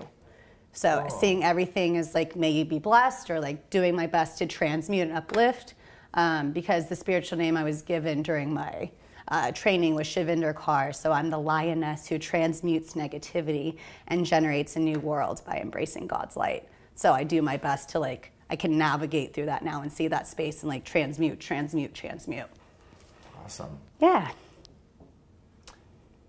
I already know the answer to this one is yes, too. But do you meditate? Yeah. Yes. And what advice would you give to someone who has a difficult time adopting that practice into their life? I think your biggest meditation is your breath. And your biggest meditation is just being in nature and being present. And I'm not one of those people that can just sit there in stillness and be like, close my eyes. It just doesn't work for me. That's why I think Kundalini Yoga is like a godsend for me, because I can do these meditations and mudras. Yeah. Cool. Okay, Yeah. so get on the Kundalini Yoga, people. You know, it's funny. I find that interviewing women about meditation, that predominantly they seem to have a universal experience of like, I'm not sitting there and like doing nothing. Like I just would rather the not. feminine is like too much of a tornado to just go into that stoic place of stillness. And you know, some guys report that to me. And a lot of guys are like, "You're kidding me? I can't sit still. I'm doing stuff." But I've noticed that as a common trend. I also think a big meditation for me is music. So I was a music journalist before I came into this world. So to me, like if I'm at a concert, everyone knows not to talk to me, because that's how God also speaks to me, is through music. Cool. Yeah. So I think anything can be your meditation. I love that. Okay. Yeah. And name one spiritual teacher or practice you've tried and then abandoned, and why? One spiritual practice I've tried to abandon. So I'm breathwork certified, and it just didn't. I like went up to level 2, and it just didn't resonate with me as strong as Kundalini Yoga. So it was like this simple, and like that was great, but like I found way more impact with doing Breath of Fire or Kundalini. So even though I'm certified with breathwork, it shifted more into a Kundalini breathwork. Got it. What's one personality flaw that you've had the hardest time overcoming? Personality flaw that I've had the hardest time, beating myself up, and like the whole martyrdom, because my Venus moon, like that's a shadow of it, is the martyrdom. So it's like taking care of everyone else before taking care of myself. So then I was going in times where like my cup wasn't full, but I'm really changing that story right now. That's been something I've been really owning, is like boundaries and like taking care of that.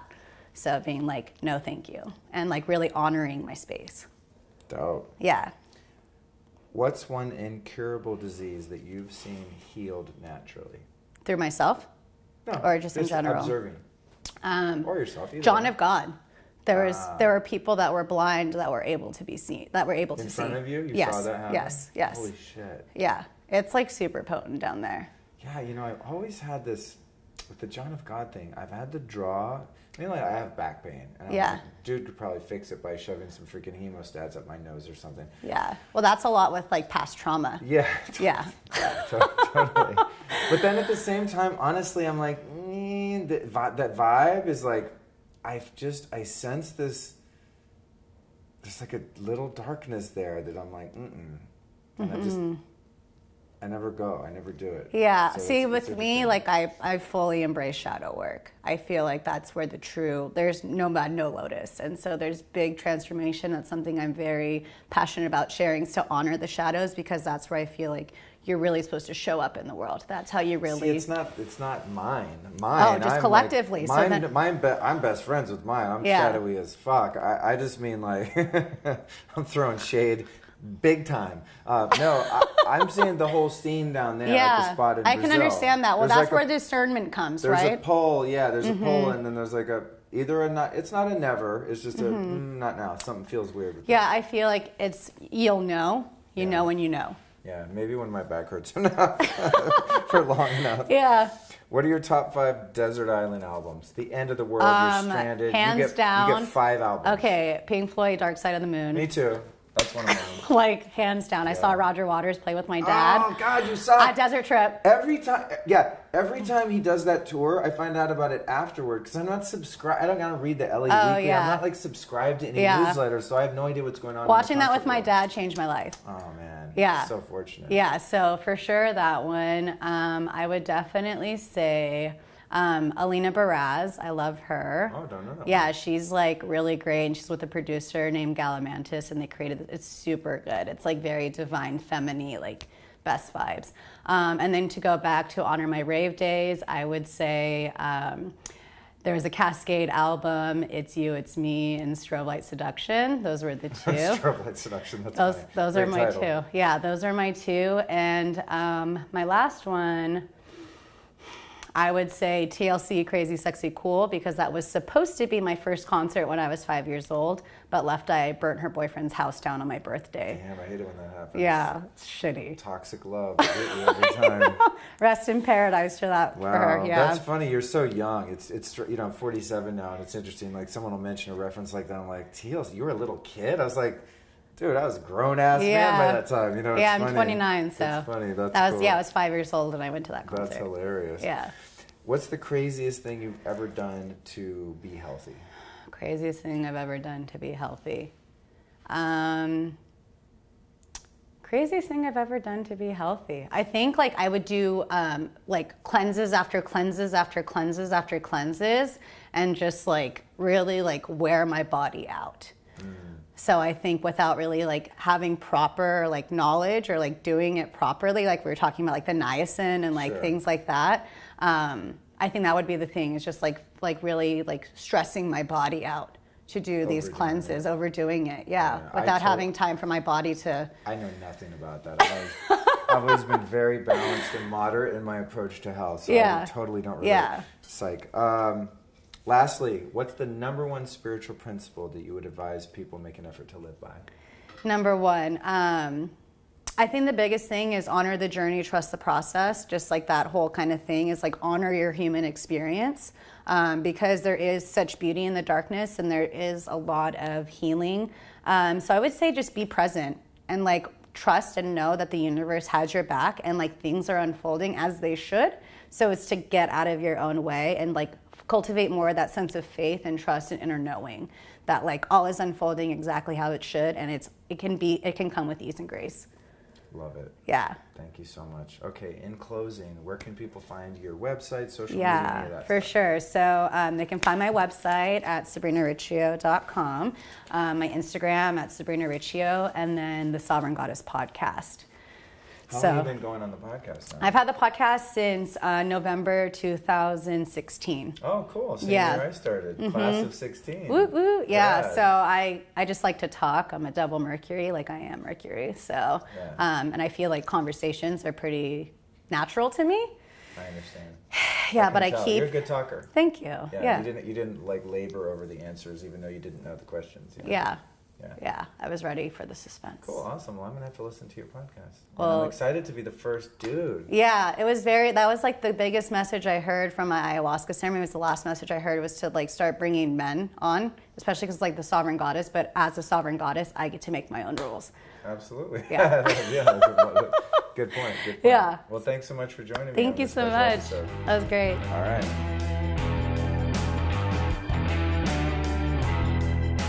So what's your name and what do you do?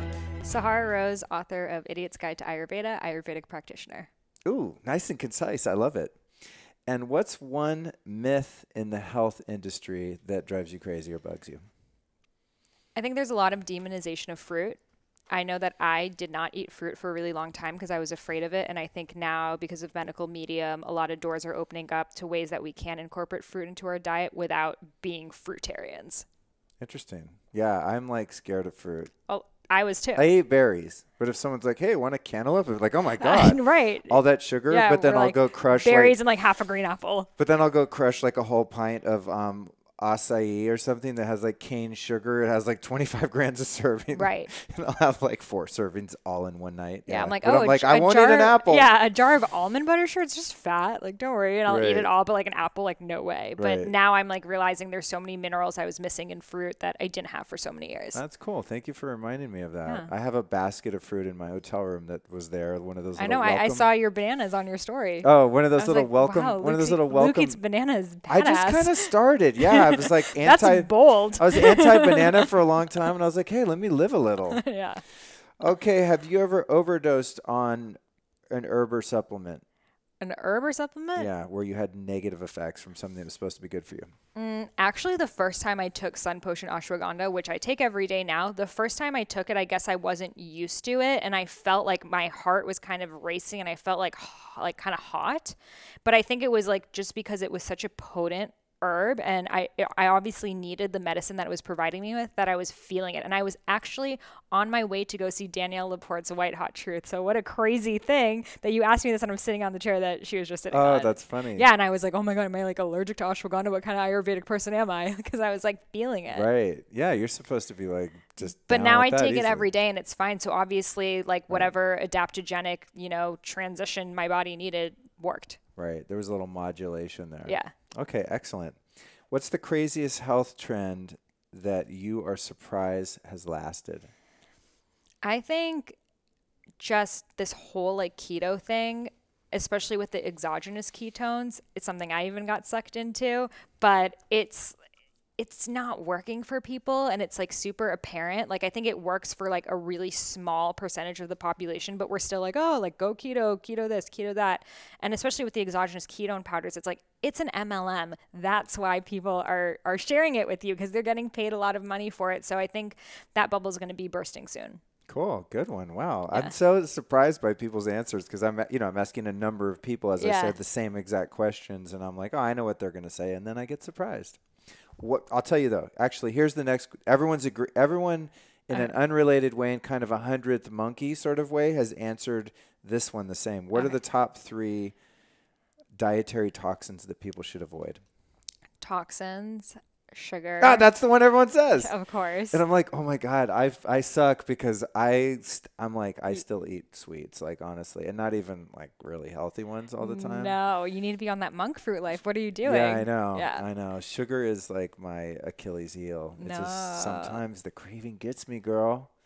Have you tried monk fruit? I have, yeah. It's a good sweetener. It has no bitter at aftertaste. home when I make a smoothie. But it requires like making. I get it. Yeah. Right, yeah. Whereas like something that already is made probably just has sugar in it. If when I make a smoothie at home, if I'm craving sweets, I'll put, I use like xylitol or a good stevia or something like that, or the monk fruit or coconut sugar or something like that. I don't like buy white sugar and pour it in my damn Vitamix. But sometimes I'm just like, God, I gotta do it. Yeah. Like at Belcampo, they saw this really like highfalutin French custard. It's Okay. organic, Yeah. but it's like this salted caramel, eggy, really good custard pudding. Right. And they come in these tiny ass little jars for seen like them. $6. Yeah.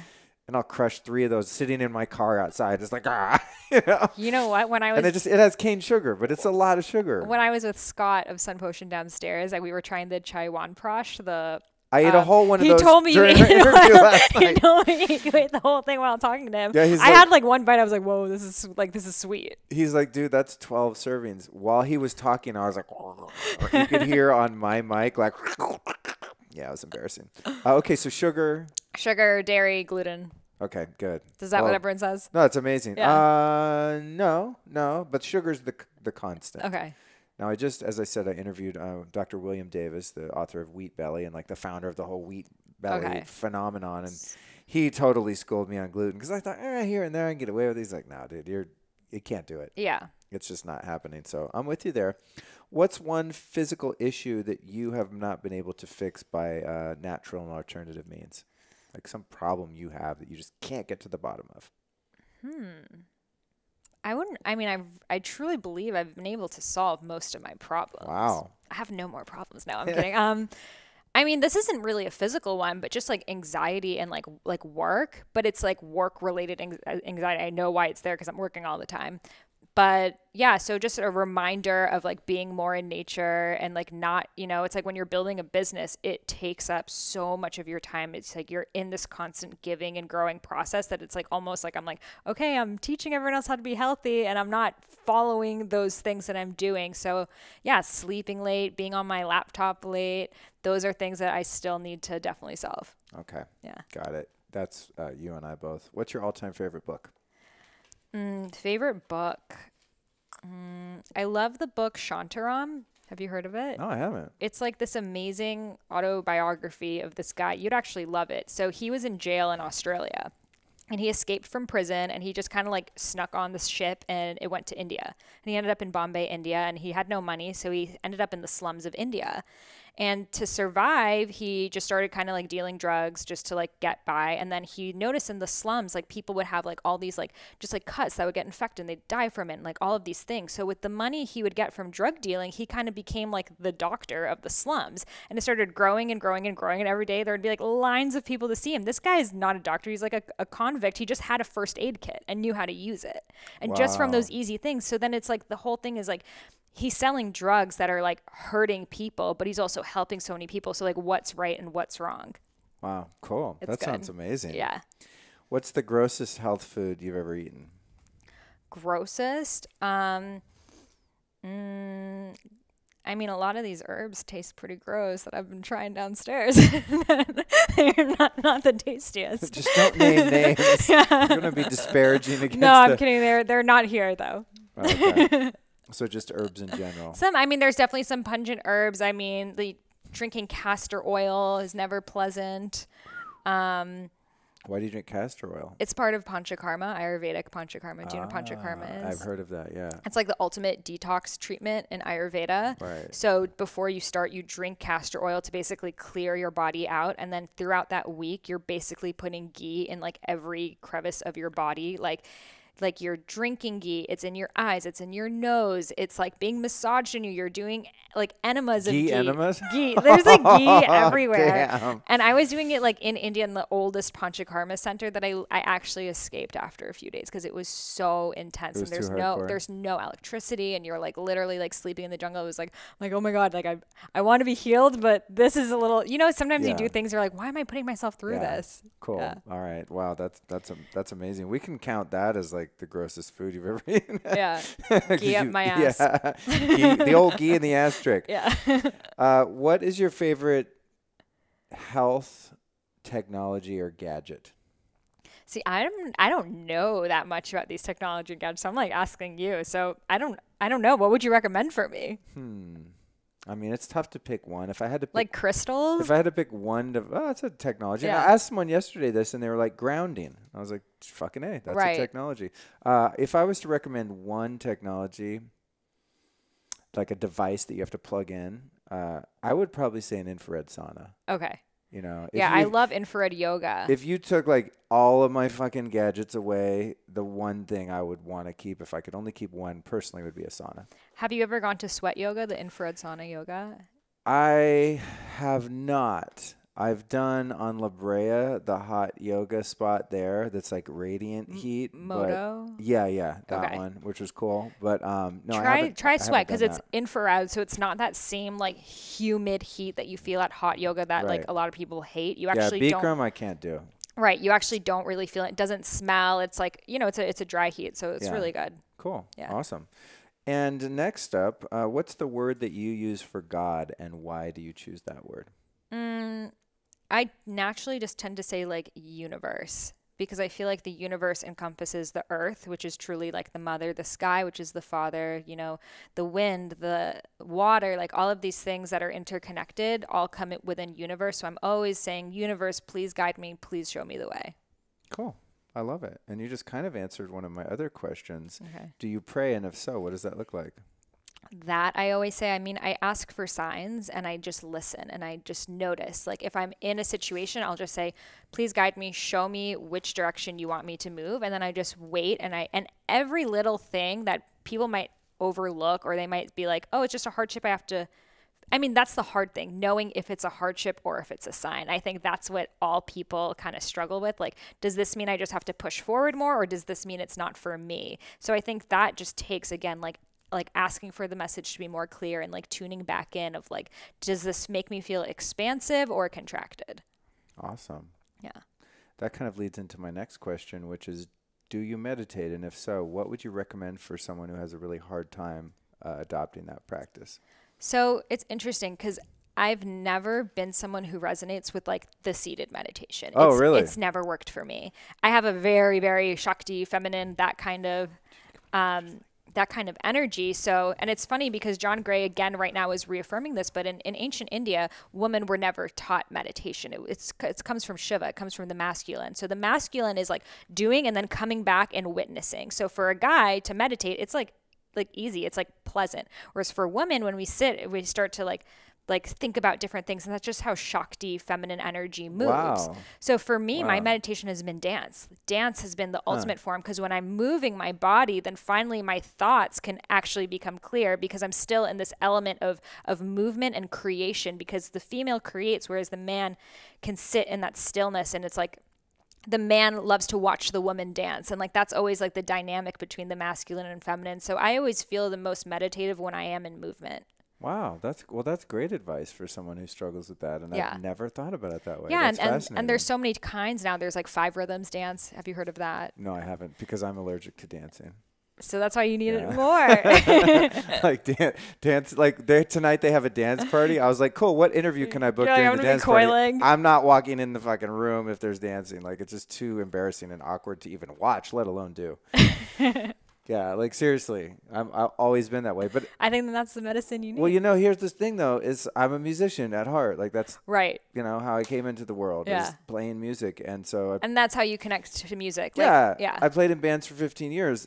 Had I never played an instrument, I would probably like have to dance because that's how I'd express my love of the rhythm. But Exactly. for me, I play bass, you know, and so playing in bands, like I got my little groove, but I have a bass exactly. in my hand. So if I don't have an instrument, I'm not making the music. Can you play music? Like, cool, let's dance. I'm like, with what? Like, I have to be playing the music, Right. not just listening to it. But what will help you with making your music is if you dance, because you'll be able to now create music from the perspective of the listener. And that's what happened. My boyfriend's a producer. So what happens is the producer gets so stuck and like, this bass line's not right, or like, oh, this is not, you know, and it's like things that I would never even hear. So it's like really what matters is the way people are listening to it. So if you learn how to just dance and like just embody it without noticing the, you know, the specifics, it'll make you make better music. Yeah. Well, that's the thing is it's like totally digressing here. You've been really good at answering concisely, and I'm like, I'll make it 30 minutes when it's supposed to be with you.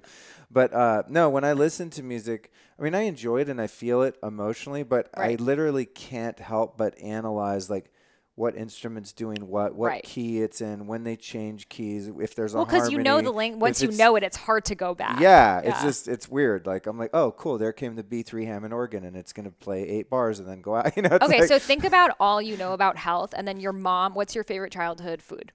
Oh, favorite childhood food, pot brownies. Okay, and then your mom. I'm totally. Your mom makes You were like, yeah, great. I was like, wait, pot brownies. So your mom makes you your favorite brownies minus. Mom the was pot. not making me pot brownies. Okay. She was smoking a great deal of pot, but was not making brownies out of it, unfortunately for me. Okay, so your mom decides that she's gonna make you brownies, no pot. And you know they're not good for you. They have the sugar, the gluten, the dairy, but you're just enjoying it because it's your childhood favorite food, you know? So it's like, I think with music, even if you know, oh, this doesn't sound right or this isn't correct, it's like just the enjoyment of it. And that's the whole point of it, right? Yeah, damn straight. Damn tootin', girl. All right, so what's the single most profound spiritual experience you've had in your life? So I went to Bali like 4 years ago. I bought a one-way ticket, didn't know anyone, just was like, yeah, I just felt very called to go there. That's ambitious. And you look pretty young. How old are you? 27. 27. So I was 23. Wow. So it was like after I graduated, I went and I just started going on random Airbnbs because I had like no money, and I would just like stay with like local Balinese families for like $3 a night. And I ended up kind of in like the jungles up north, staying with this Balinese family and then kind of just like helping around in the village. And they took me to this water temple, a Balinese water temple. And in Bali, they use a lot of water for purifications. And I saw, and I literally have a video on my phone for like evidence for people who don't believe me, but there's this water shaman, and he basically takes you and holds you under this waterfall. Like your head is against the stone and he's holding you there. And some people are screaming, some people are crying, some people nothing's happening. But depending on the bad energy that's on you, you actually see the color of the water change. So for some people, the water would turn like gray, and for others, it would be like a little bit. So I did. And you saw this with your own eyes. My own eyes, and I have it on video, and I will send it to you. Wow. Yes, and because to a skeptic, I'm like a total woo-woo but person. to see that color of water. But a skeptical person would be like, bullshit. Exactly. So I mean, again, you could be like, oh, it's just a shadow or something. If you don't want to believe it, no one has to, but that's a huge part of their culture. So I did that, and I actually stayed under that waterfall for 30 minutes. And you would think like, wouldn't you drown or something? And I felt literally like I was connected to the root of earth. Like there is no separation between me and earth. And it was just a huge reminder of like these things that we're doing. It's like games. It's all make believe. It's all things that we're creating, but like really we are animals. We are like living creatures, like no different than monkeys and dogs. And just like that reminder that like we are creating all of these issues for these goals that we've also created. And again, it's all just like a creation on top of a creation on top of a creation, and just taking a step back and like connecting back to source, where we came from, where we're going to go. Just that has, I think, changed the whole premise of my life. Because even though I'm still playing a part of this game and achievement and stuff, this deeper knowing that at the end of the day, even if I fail, even if whatever happens, it doesn't matter. Awesome. Yeah. I love that. I want to go to that freaking waterfall. Yeah. It's probably like some great spring water or something too. I'm sure. What's one spiritual teacher or practice that you were into and have since abandoned?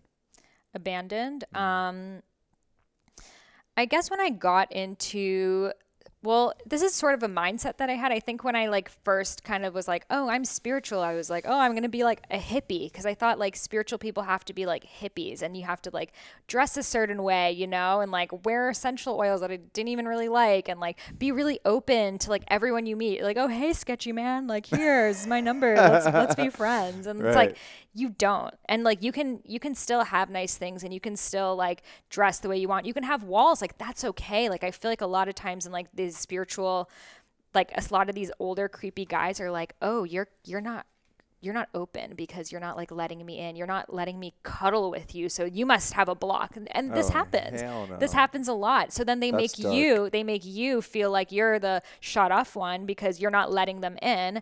And I see this happen a lot in many spiritual communities that I've lived in, from India to LA and everywhere in between. So I think it's just like people who are on this, who are just beginning, like you don't need to go all in. You don't need to look spiritual, dress spiritual, have patchouli wearing friends. Like it can have so many different shapes and forms. So you've abandoned the accoutrement involved in your spiritual pursuit. Right. And I wear like jeans. Yeah. I wear jeans when I pray. Yeah. What's one personal flaw that you've had the hardest time changing? In terms of personality flaws. Personality. I mean, I think like just like wanting to do it all. Like I don't take breaks. I don't stop. And if I stop, it's like for something that I know, again, like it's exercise. So that's a reward or something. I don't sit and it's bad. Well, is it bad? Again, that's a story I'm adding to it.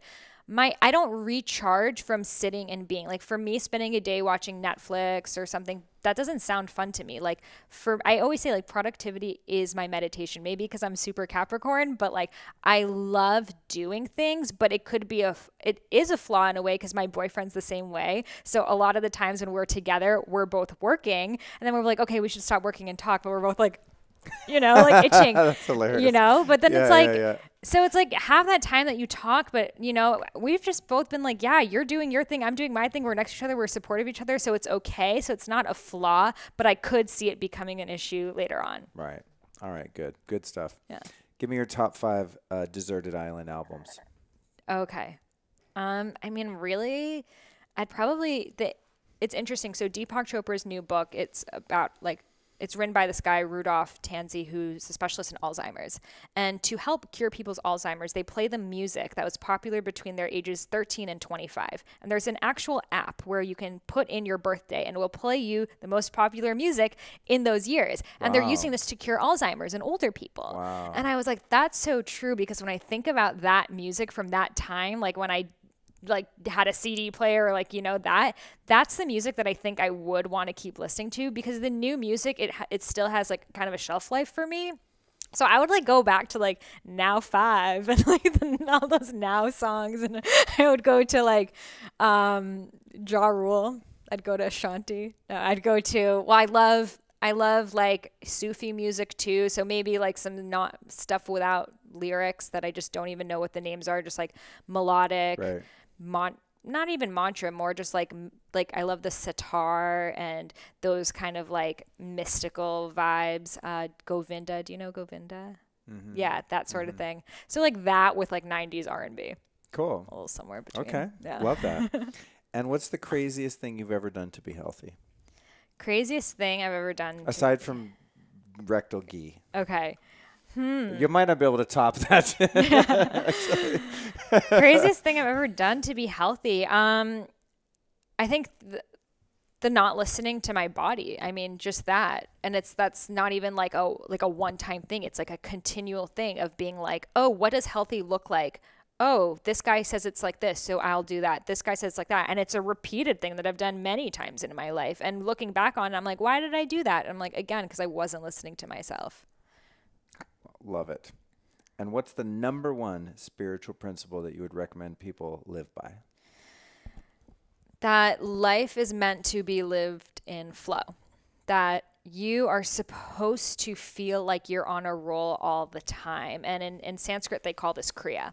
And it's my favorite word, because kriya is boundless action. And it's when we are both in a room and your podcast equipment's ready, you're let's record a podcast, effortless. It was meant to be. And I think creating your life, so these moments are, obviously it takes preparation, but living your life in flow.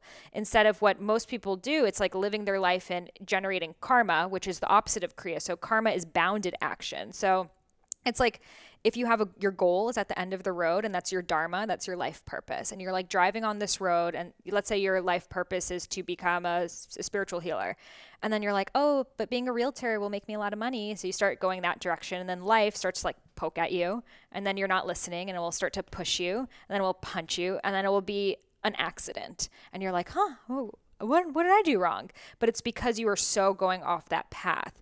Whereas when you start to go into kriya, it's just the synchronicities, the synchro destiny. Things are just moving effortlessly, and you're kind of taking a backseat in your own life, and life is growing its own wheels, and you end up in the right place at the right time. So I think when people are lost and confused, find that. And if you don't even know what that looks like, because a lot of people are so far off the other path, they don't even know what that flow looks like.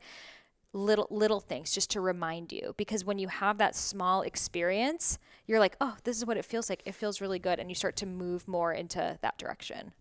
I love it. Yeah. And where can people find you on social media and the interweb and whatnot? Yeah, so my Instagram is and my website are I am Sahara Rose, Sahara like the desert, and my podcast is Highest Self Podcast, which I just interviewed you and you will be on soon. Awesome. Maybe by the time this comes out. Hopefully. Thank you so much for joining me. Thank at you. Longevity Knowledge. Namaste. Welcome back to the show, Scott. Great to be here. Yeah, great to see you. So for those of you listening, we've got Scott Lindy here, and he was one of my very first guests here at the Longevity Now conference 2 years ago. So thank you for coming on the show. You were so professional. I thought you were like a seasoned, like you'd been doing it for like so long. Yeah. Yeah. That was great. That was a good one. Well, what's funny is I recorded you and Taro and a bunch of the people here that are vendors, and I didn't actually have a show out yet. So I put a bunch in the can. You were so convincing. Yeah, what I did is I put a bunch in the can. And then you just shot them out. Yeah, and then I released boom, boom. 10 episodes in 10 days. Yes. And so I just started like firing them out, and I got that momentum going. So tell us your full name and what you do. My full name is Scott David Lindy. So Scott, something like benevolent host. David, King Solomon, House of David. Alchemist, alchemical lineage. Lindy, Swedish. Ellis Island, previous to Ellis Island, it was Linda Kruna. So Lindy the tree, Kruna, crown. So, but now it's just Lindy, little truncation. Wow. So, the benevolent house and the benevolent host in the house of King David and the tree, or something like that. And what do you do? I started Sun Potion, so I spend a lot of my time taking care of Sun Potion and sort of stewarding and guiding that project, which is great. And then mostly I just do that. Awesome. All right. What's one health myth in the industry that's proven itself to be untrue in your opinion? The word natural, the low-fat scenario, this idea that we need to be treating or paying attention to symptoms. Now, if they're there, I mean, that's one thing, but like how'd they get there? That's something that we're kind of missing in the conversation, so. Awesome.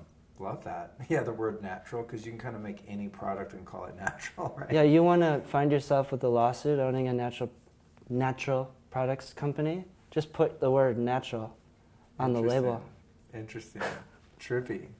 Have you ever overdosed on an herb or supplement and had negative effects from taking too much of it? Yeah, you know, in the beginning of having Prosh, so we had Prosh, I made it for a potluck, just summer party at a friend's house. And then about 6 months later, I made some and gave it to like Vicky at Air One and a few of the other buyers. And then Vicky kept asking for more.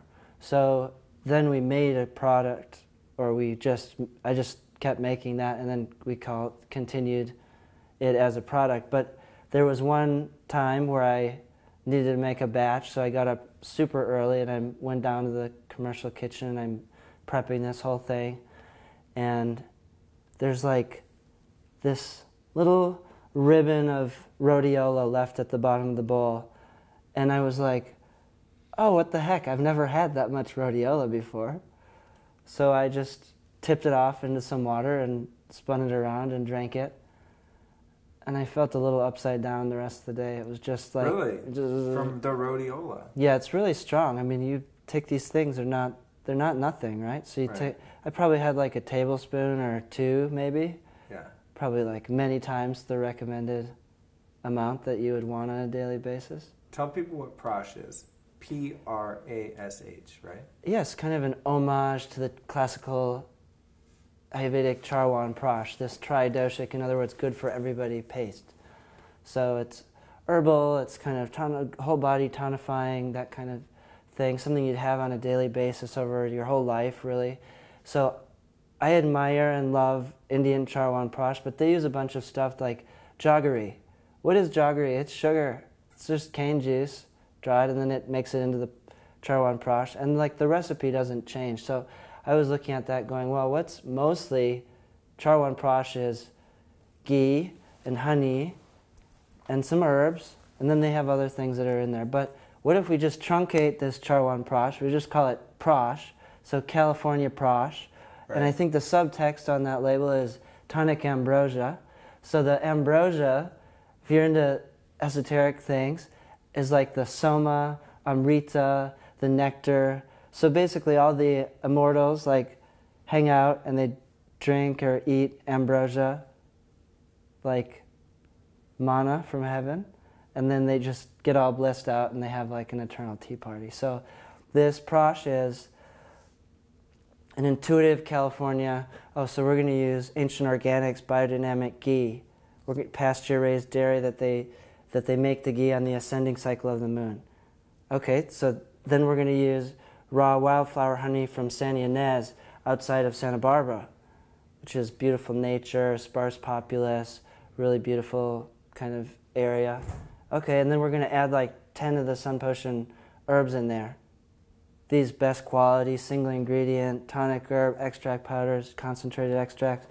Do you guys have any of this with you? Oh my God, it's in my bag. Are you for real? No, we'll try some afterward. I'm like literally, I ate you know what Can I you ate hand me today? I had a bulletproof coffee, and then later on for lunch I had a banana. I'm like, oh my God, this Prash sounds amazing. That reminds me, Elliot, when Thank we're you, interviewing Elliot. people that have products, remember before he suggested in the video we have like a little product line. So we'll do that. But yeah, literally I'm hearing about the Prash, and I'm like, argh. Okay. Oh, I might even Nice have a bag, special dude. spoon. Wow. Want essentials. Oh, yeah, They're those going to guys. have it in all of the Sun Potion in all of the Want stores throughout Canada No and the way. Apothecary on Broadway. And yeah, that's just You know, it's interesting. the entrance of Sun Potion showing up in home goods, lifestyle goods, natural beauty stores. In this case, high-end men's and women's leather goods store. That's a funny thing about your brand, Sun Potion, is it's one of the first brands, and I think I mentioned this when I interviewed you the first time, that is like really on point with the branding, but also the product placement and the relationships within like the beauty and fashion industry. It's a very cool brand, whereas like when I first got into the health stuff, everyone had a really ugly website and a crappy logo and the packaging and the branding, and they didn't have cool t-shirts, and they would never be found in Cat Beauty or doing a partnership with a brand like Want. And you guys have kind of have this very elevated branding and style, which is cool. Well, because when starting the company, I mean, I'm, solo owner, I guess you could say. So I got to direct the thing to what I like, which is art and design and beauty and classical kind of alchemical symbologies. And I love the gold and I love the blue, and it feels like this kind of like almost like royalty or alchemical. We talked about that House of King David or King Solomon, those kinds of guys. And so, and the Egyptian symbology, really just a humanist symbology for embodiment, transmutation, alchemy inside. So, also I understood if, I don't so much as mind if, like a Naomi Campbell, if other people need to see her having her potion a day in order for it to be like something they're interested, I'm okay with that. Yeah. And so, fortunately we've got our creative director, Nitsa Citrine, who's incredibly talented with the camera and capturing like moments of daily practice, moments of daily ritual, moments of your daily tea. I mean, none of that stuff is staged. If you look at Sun Potion on Instagram, there's this beautiful pictorial storyline of the brand, which is really just showcasing our lifestyle of taking time to like sit, have your tea, do your morning little I'm gonna make some tea, little half teaspoon Right. of this, little half teaspoon of that. Why not have a full apothecary of these kinds of things? And I do at my house, and it's like, oh, I want some of that. And there's certain things that I take regular every day for many years, and there's other things that I'll just pop in a little bit of extra of this or that. And so to speak to your comment there, yes, this idea of these are ingestible beauty plants. So you're putting in positive, positive, positive, and then the body can give, and it shines out through the eyes and the skin and the hair. And I learned these things from having mentors and teachers who are in lineages. Ron Teagarden, David Wolf. I mean, these guys are here. These are our like previous generation that was passing on a thread of information. And so I guess I've just done what I can to carry that on and refine it a little bit to my preference set and then make it available. And so, and fortunately, these things, if you're lining up a dozen of these on your counter in your beautiful like German kitchen or something, or Italian, whatever, they look beautiful. So they can sit out on the counter and they're not like a big plastic tub of with some weird stuff on it, you know? Yeah. That's what I'm getting at. Yeah, they do make nice little pieces of art. Let's get at eating some of this. Let's do. Crack it open. What's one of the crazy health trends that you've seen come along? Go with your hand. Yeah, okay. What's a crazy health? I'm going to have some of this prash now, you guys, and I'm going to dip into it with my pinky. So I'm going to. It's yours, so you can do whatever you want with it. Sick, bro. Oh my God, this is so good. I'm sorry to make the listeners jealous. Descriptives. Give them descriptives. What's your experience? Okay, it has a really strong floral, like aromatic sense. Almost if you could take kind of a bitter flower or a number of flowers and combine them. But then because of the honey, it has a sweet flavor. So it has this medicinal, floral kind of aroma. But then it also has that comfort food, buttery taste because of the ghee. It's freaking delicious. So hard to continue with the interview, dude. It's a compliance trick to get people to eat their herbs. And it's also, can be, I mean, we've had some feedback, can be like a vehicle for the reflection on your own personal, like, spiritual development. And I'll give you one story, which is this friend came through town. He's going on a road trip with two friends. They had just started in LA and they stop in Santa Barbara. He picks up, we get him all a bunch of product, but he picks up a couple jars of the prash.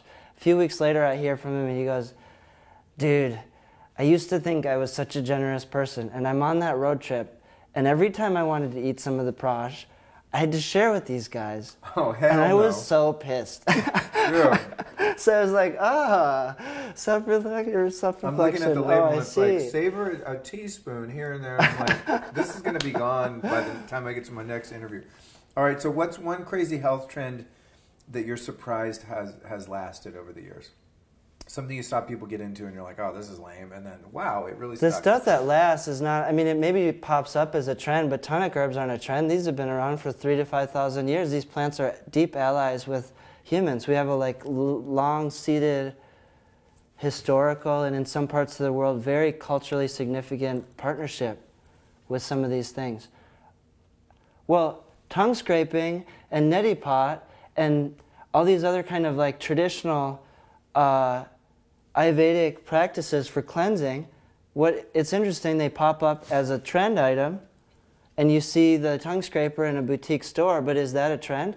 And is that going to be around? That's going to be around for the next 10,000 years. People are still going to be scraping their tongue on a flattened piece of metal, and it's still going to be good, just like it was however many hundreds or more thousands in that tradition that showed up. And those are great examples, too.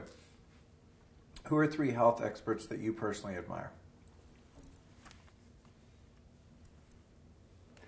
Well, you know, some of the deal with that is like the people whom I most appreciate and kind of enjoy receiving information from, because I find their way of speaking about and sharing and conveying a message of health or of herbalism or of plants to be this like lyrical, entertaining storyline that's laced with personal experience and traditional stories and folklore and anecdotal evidence and science, and my brain gets stimulated on so many different levels.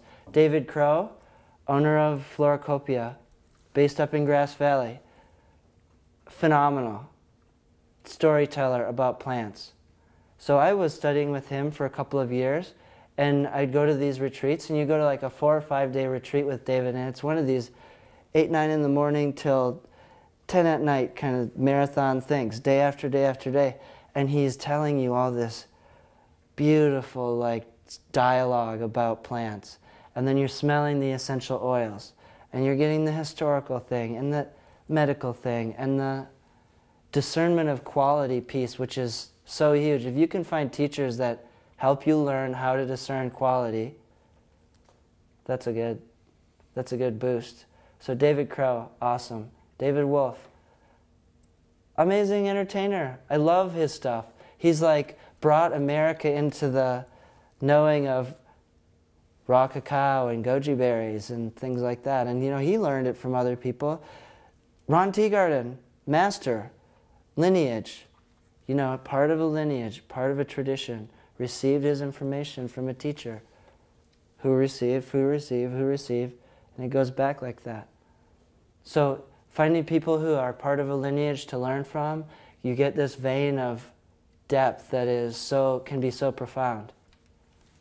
So anybody that's like playing on those levels, able to speak to many different like layers of topic around health, able to pull information from lineage and then a lot of information from their personal experience, I'm a go on that. Awesome. I love those last two I've heard of, the first one not. I think you may have mentioned him when I interviewed you before. We did, yeah. He's I think that's a sign that I need to go one of my deeper into that. favorites. I need to read my own show notes for the show and actually go deeper. All right, so next one is, what are the top 3 dietary toxins that most people should try and avoid? Sugar. Oh man, that's a popular answer. Next. Sugar. Give me 3. Oh, all 3. All 3 of them, just stop eating sugar. It's like, why eat sugar? It's like crack for you. I mean, it's so bad. What's your all-time favorite book? Little secret, I don't like to read. If I can, I have an audio memory. I have an audio way of processing information. I love listening to Alan Watts, Adyashanti, some of these guys, Right. even Eckhart Tolle. I had one summer where I was on a in fact, I'll just use this as my favorite book. The Eckhart Tolle, A New Earth. I spent one summer mountain biking around Oregon for 4 months with just a little bob trailer and all the camping gear on there and riding in forestry roads between great mountain bike hubs. So I'd get to a new area, I'd ride out all the trails, and then I'd go to the next place. And I had one little iPod mini stick that had just enough memory to put the whole A New Earth onto it. So the whole time I was on my bike, I had earbuds in, and I just listened to that same book on repeat all summer. I probably went through it 8 times. It was to the point where I'd be finishing his sentences while he was conveying an idea in my mind, Dude, that's really good.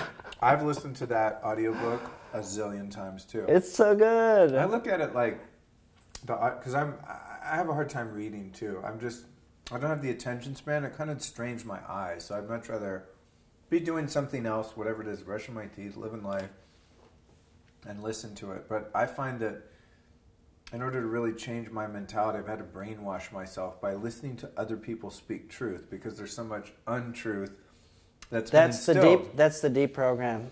Mm-hmm. You start early. You got preschool, then you go to kindergarten, then there's some competition that goes in there, then there's like a bunch of cultural belief systems that gets, and then maybe you're raised in a different, in a certain like religious kind of pathway, and there's all that programming, and then cultural things, medical things, food things, all kinds of stuff. I mean, if there's one thing that I've learned through going and attending these Longevity Now conferences over the last like 10 or more years is you could just like do an inverse on these belief systems that you are taught are the true, and then if you get yourself into a place where you can devote a bit of time to just consciously looking at dismantling and unlearning some of these things, you might just start by just throwing an inverse on what you think is true. Awesome. And what's one physical issue that you've been unable to resolve within your own body? Well, I really enjoy feeling like extreme things in my body. So when I was young, that showed up as thriving on positive feedback loops. I was like the kid who was getting super excited and overachieving at all these things. And, you know, as I got older, I got really into endurance sports. So then those body highs came through like doing like 20 hours a week of training and then regularly blacking out as I would like go over these finish lines and stuff, and being on the US triathlon team and cross-country skiing, and all through high school, all through college, all endurance stuff. I was like all the kind of spandex sports, you know, solo operator, solo things, you're out training and just out in the world. But endorphins, that was the kick for a while. And then I moved to California, and then it was like yoga, like 2 times a day, 5-6 days a week, just like Bikram yoga for a couple of years, like deep all the time. Then a little Ashtanga, like a couple different phases of yoga, and that felt great. And then eventually it got to be like being out in nature got me really high for a while, and then as I began to learn about tonic herbalism and having a daily practice of eating these participatory, preventative, amorphous, supportive herbs that like don't really do one thing, they just kind of give your body the foundational pieces and chemistry that your body needs to really do its own thing to the highest level. I basically like being high on a like altered, feeling good phase all the time. And so the vehicle for doing that has been different throughout different phases of my life. Currently it's through tonic herbs, being of service, working. I mean, I get off on So that. It's through all like, this, I like to feel good. through all these practices, you've pretty much gotten yourself dialed in, so you don't have one reoccurring issue now that you're stuck on at the Well, at that this thing particular is moment. that I'm like fanatical about it. So Okay, sometimes it's okay. like over, you know. So overdoing it a little bit. Yeah. Okay. Well, I wouldn't know anything about More that. balance. Says the guy who is. Oh, you just hammered that. We'll have this crash crushed in the next 2 questions. I'm just like watching you go, I want to Dude, be here in 2 hours. I'm so cracked as out we right watch now. the like ascending rise of your How this spirit. little bucket of tonic ambrosia prosh that I'm almost done with. Oh, 12 servings it says. Oh yeah. Well, At I'm on least. serving 10 right now, and I'm loving it. All right, so let's see. So if you could only do one form of exercise the rest of your life, what would it be? Work, service, and work. Okay. And what's your least favorite exercise? The part that makes me go exercise. Exercise is really good for me. My body loves that, and I think that in recent years, or actually really since starting Sun Potion, there was like a choice. I think I'm just going to work now for a while. So I don't work out. I just work. I don't do yoga. I just work. I do sometimes some meditation when I'm really like going off and fraying at the edges because I'm losing, not being grounded or something. Then I meditate, I come back, and I go back to work. And that is something I really have been enjoying lately. What's the grossest health food you've ever eaten? Krill oil is pretty up there, but it's like one of those things I kind of get off on. I'm like, it smells so bad. It tastes so bad. I bet I'm going to feel so good when I get this taste out of my mouth. Our last guest, Zen, mentioned fish oil too, and I'd have to agree. There's this krill meal that you can get that's basically before they extract the oil out. It's just the krill all like basically just mashed up together, and it's like waxy little pellets of krill skeletons and all the like exoskeleton, whatever, and all the pigments and all the oils and everything all together. So I was like, ooh, why have the krill oil when you could have the whole spectrum Interesting deal? God, And that's like twice as nasty as the I oil. bet that smells like ass. That's what I was It's thinking. really gnarly. Next one is, what word do you use to describe God, and why do you use that word? Oh, God's a good word. I'm okay with that. You're cool with that word? Yeah. Be Nice. like, hey, what up, God? What up, God? I think I think there's something to be said for having a conversational relationship with a person's understanding of God. You can go to me, it just is like, it makes it a little easier. Yeah, me too, especially after in crushing this entire tub of Prash. But yeah, to me, it's the same thing. It's sort of like God's just economical. It doesn't. It's just okay, cool. I'm talking about this thing that is really ineffable and can't be described. So just God, one short word, just kind of describes it. But I notice some people struggle with it because it's such a loaded word for some. I personally didn't have any negative relationships with religion or God or anything ever in my life. So when I felt a need to sort of have that experience, I was like, yeah, cool, God, I'm fine with that. I never fought it. So I'm glad to hear you say that. What's the most profound single spiritual experience you've had in your life? I was really into the John of God stuff for a while down in Brazil, and there was a small one called Casita in Ojai, and I started going to that group when I lived in Ojai, and this was like a 2 and sometimes 3 days a week they would meet, and it's like a 3.5 or 4 hour long thing. So you go there, everybody dresses all in white, there's all these like crystals and pictures of masters and stuff around, and the idea there is that it's like a spiritist kind of a thing where you're going there, most people are going there for some kind of specific healing.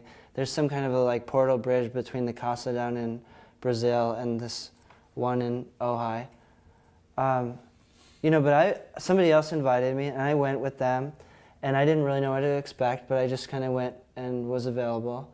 And I was there with another young guy, this Swedish kid named Frederick, and the guy who was hosting or putting on the whole thing, Local Paul, he has us one each sitting on either side, and then we do all the meditate, all the stuff, and everybody kind of opens their eyes at the end, and he's looking like around us.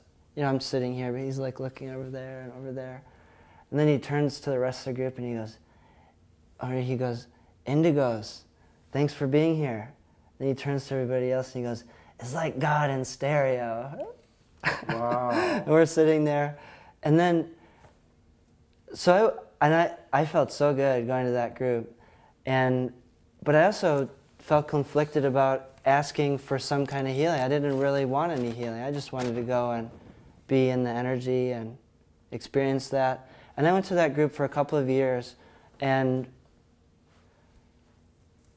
what a cool training in air traffic control, like just the opening up, moving energy in the body, allowing energy to move in the room. Basically what they did is they said, oh, you're some kind of medium, so you're gonna like sit over here on this wall, and you're here to work. So you just come and work, but you don't have to really do anything. You just like sit there, and that frequency or whatever will help kind of anchor the rest of what's going on here. So there's a couple of different mediums that were there, and I just got to go and get super high on all the energy and like see the psychedelic light show every day, and that made me really comfortable with being in like a multidimensional experience of my own body. And I wouldn't say there was any profound like single moment, but it was something that was, kind of submerging into that on a ongoing basis over time. Made me really comfortable in that field. Awesome. Do you pray? And if so, how specifically? I do pray. We talked about that conversational piece, and so that's there. And also, I pray by showing up and working and contributing and doing my best every day, because to dovetail off of that casa story, early on I said, I don't know what to ask for. And my friend just nudges me and goes like, just write down, show me my divine path of service. Show me my divine path of service. And I went, oh, okay. Because part of me being in that phase of my life was I didn't know what I wanted to do, or how I wanted to be contributing out in the world. And that was something I was, I don't know if looking for or waiting for or trying to do everything I could to be available to that realization when it set in. And so that became the prayer. And that went on for years. I had 5 years in Ojai where that was like show me my divine path of service. I'm here. I want to do something useful, helpful. And the word like significant comes to mind, but not really significant for me as a person, but something that can significantly help other people.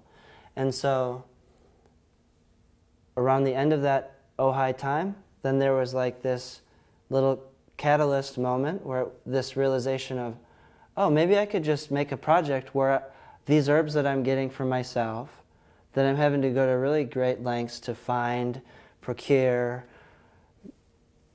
cajole out of different, essentially like labs and farmers and stuff that are used to selling much higher volumes, but I'd call them and ask them and try and become their friend and then get access to some of this stuff. I thought, well, if I just started like making this stuff available for other people, wouldn't that be cool? I could like have access to it and it'd be easier for me to get. But also if I'm going to all these lengths and they're not available on the market in the way that I would want them, maybe other people would like them too. And I could be and then it was like lightning, thunder, like, and then that's when the message dropped in of, here's the path to service. Go and make these things available. Come and go and participate out in the world, like come off the mountain, so to speak. And then so the business was stemmed from a service-oriented request from, we'll just say it, to God, then an incubation time and a preparation time and a gestation time of learning and studying and practicing and doing all these things.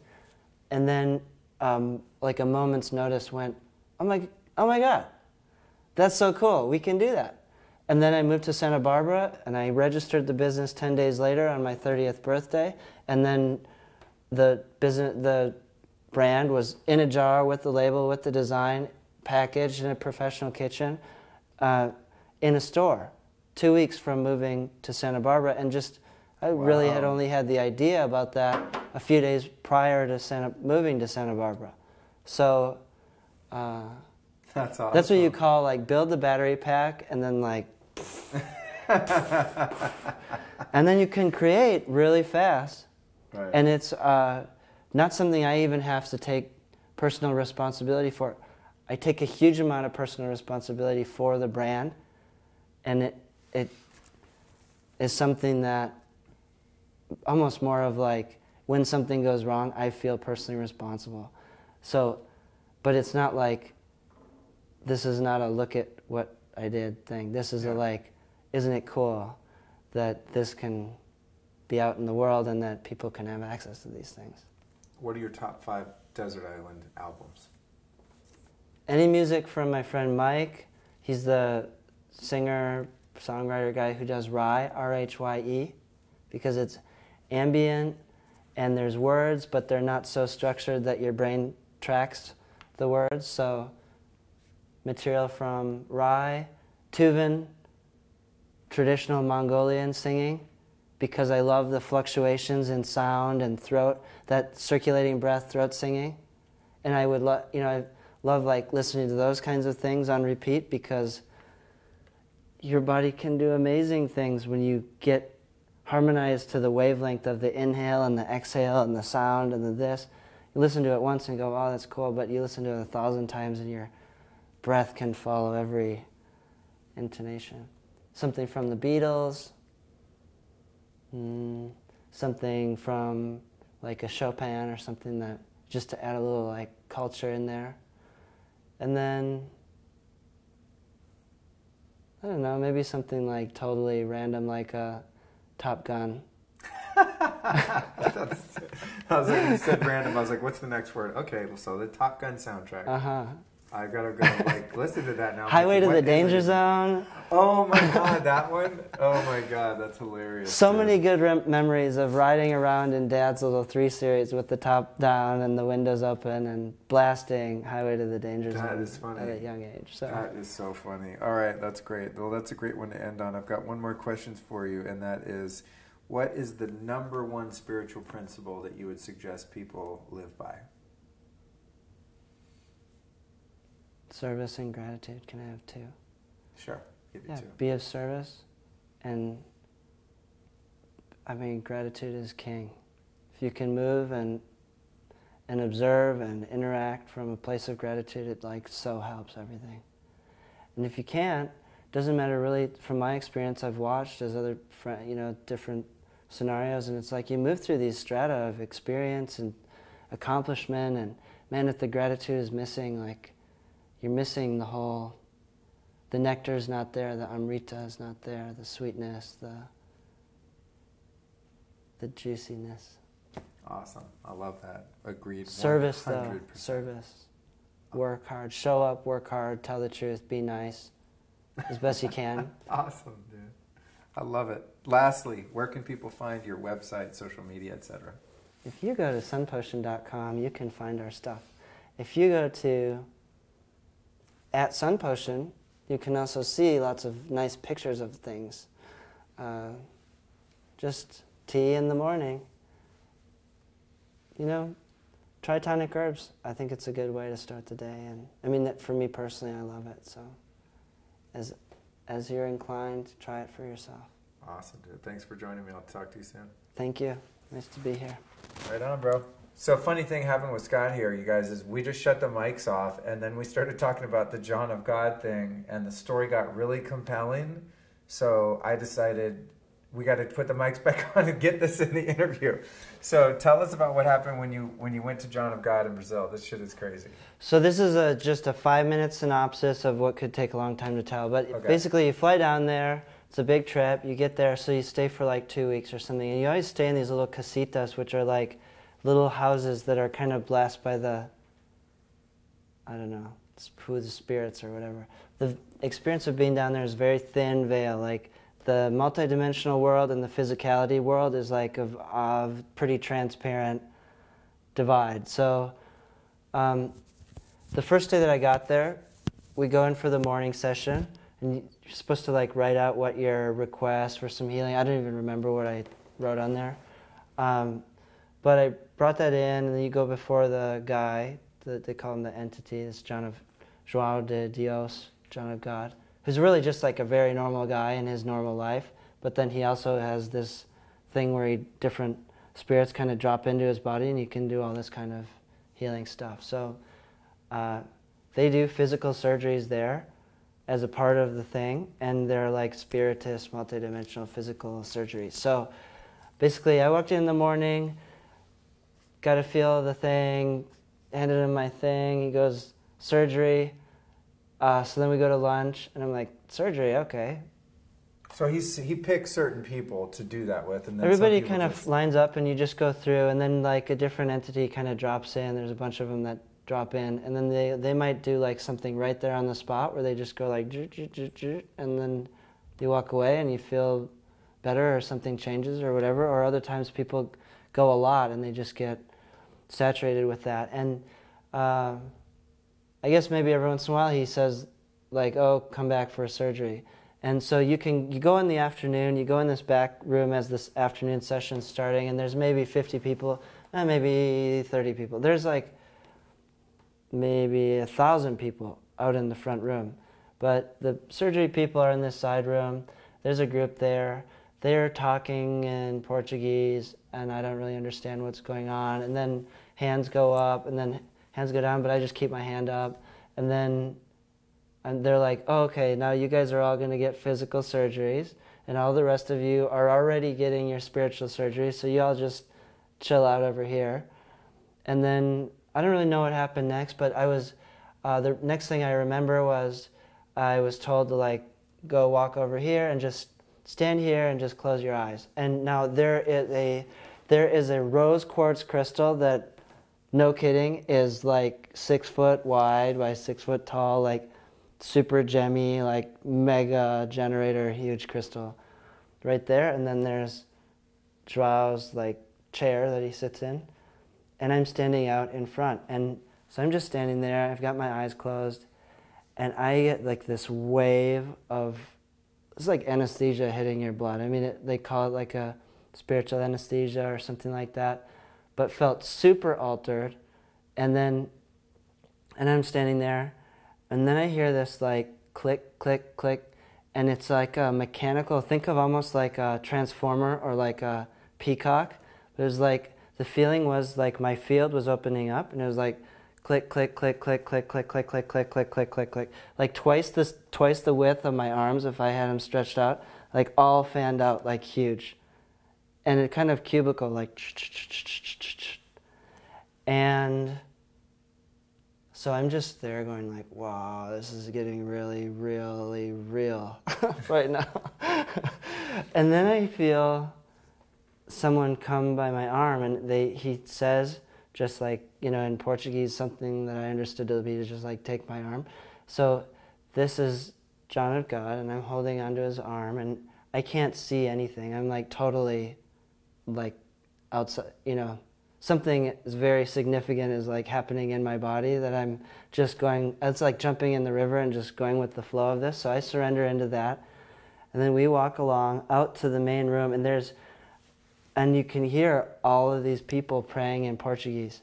And it brings me up on this stage thing, and then has me stand against the wall there, and there's like, it was so intense. There's like 1,000 people saying like the Hail Mary in Portuguese. And they're very focused, at least it felt like, on the person that's there getting there. Something's going to happen, right? So I could feel all this attention and energy, and like all this Portuguese is going on.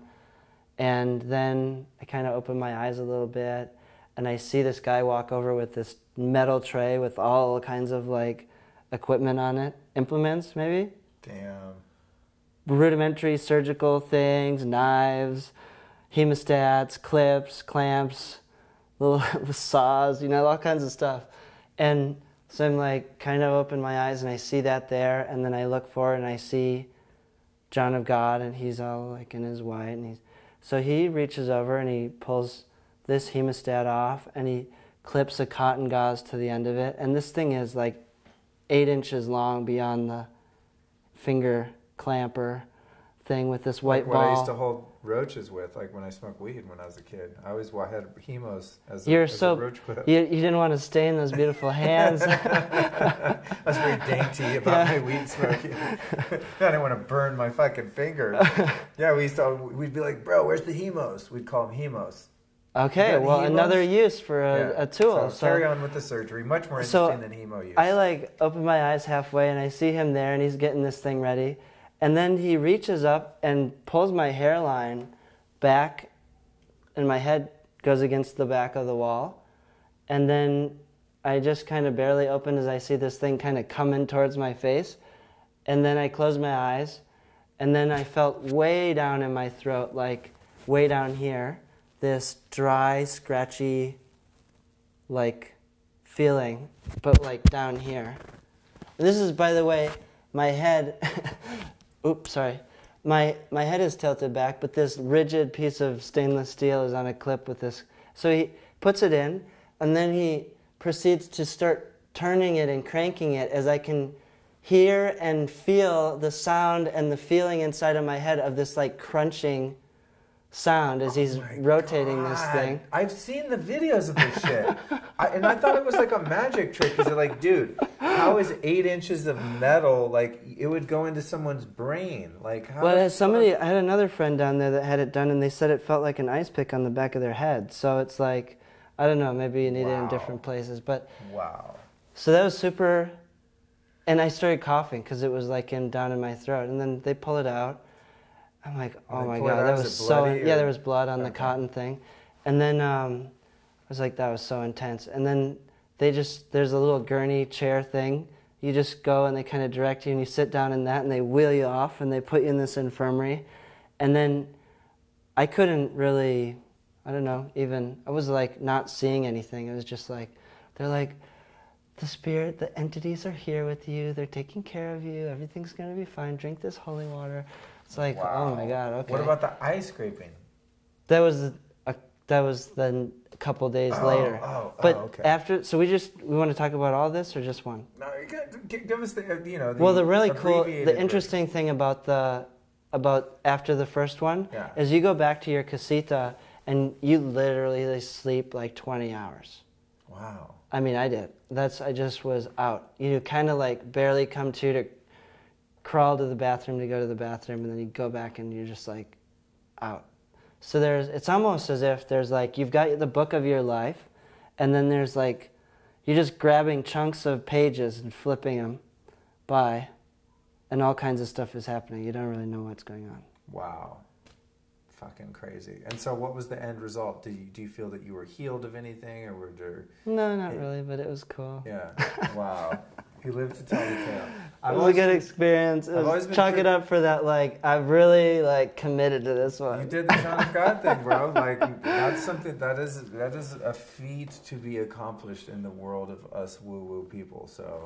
And to speak to that, I mean, it's like, sometimes I think it's really well-intentioned, and also, like, some of the more recent kind of new pseudo... I don't want this to sound, like, disparaging, but, like, some of the woo-woo stuff that maybe doesn't have a tradition, or like when we're talking about the herbs, if there's not a lineage, like if there's not some like vein of tradition that's going into this stuff, it's kind of open to like all kinds of interpretations. So right. Just be aware when we're going to someone to learn, like where did they learn that from? Who were their teachers? Who were their people that influenced them? Yeah.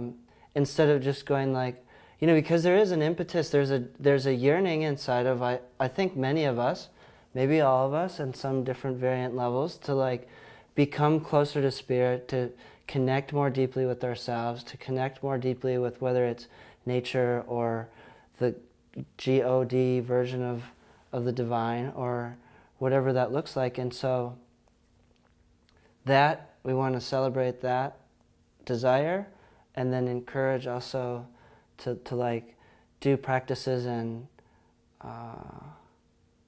things that are rooted in something. Love it, dude. Well, thanks for coming back for the part 2. Because we couldn't not get that on tape. And thank you to my friend Ellie. It's like, sure you don't want to record this story?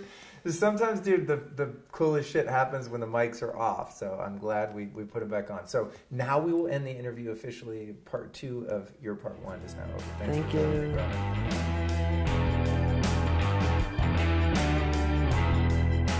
Taro Isakaupila, welcome back to the Lifestylist Podcast. Thank you. This is my favorite of them all. Dude, it's pretty cool because I started my podcast in this very hotel at the Longevity Now conference 2 years ago, and you were one of my first guests before I even actually had a show. Now, I don't know if I told you that at the time, but yeah, I think I stacked up like 10 interviews or something, and you were one of them. Yes. And then, of course, as you know, you've been Great on days. Million. How many downloads do you have right now? Climbing up on 1.5 million. Look at that. Yeah. You should be proud of yourself. Thanks, dude. I'm very grateful. Yeah, there was a guy today having a T-shirt with your face on it. Dude, I saw that. He won my Instagram contest. You should participate in an Instagram contest. And yes, those of you listening to the show now, we're running Instagram Live. Of course, you should follow me on Instagram at Luke Story, and you should also follow Four Sigmatic, which is Tara's company.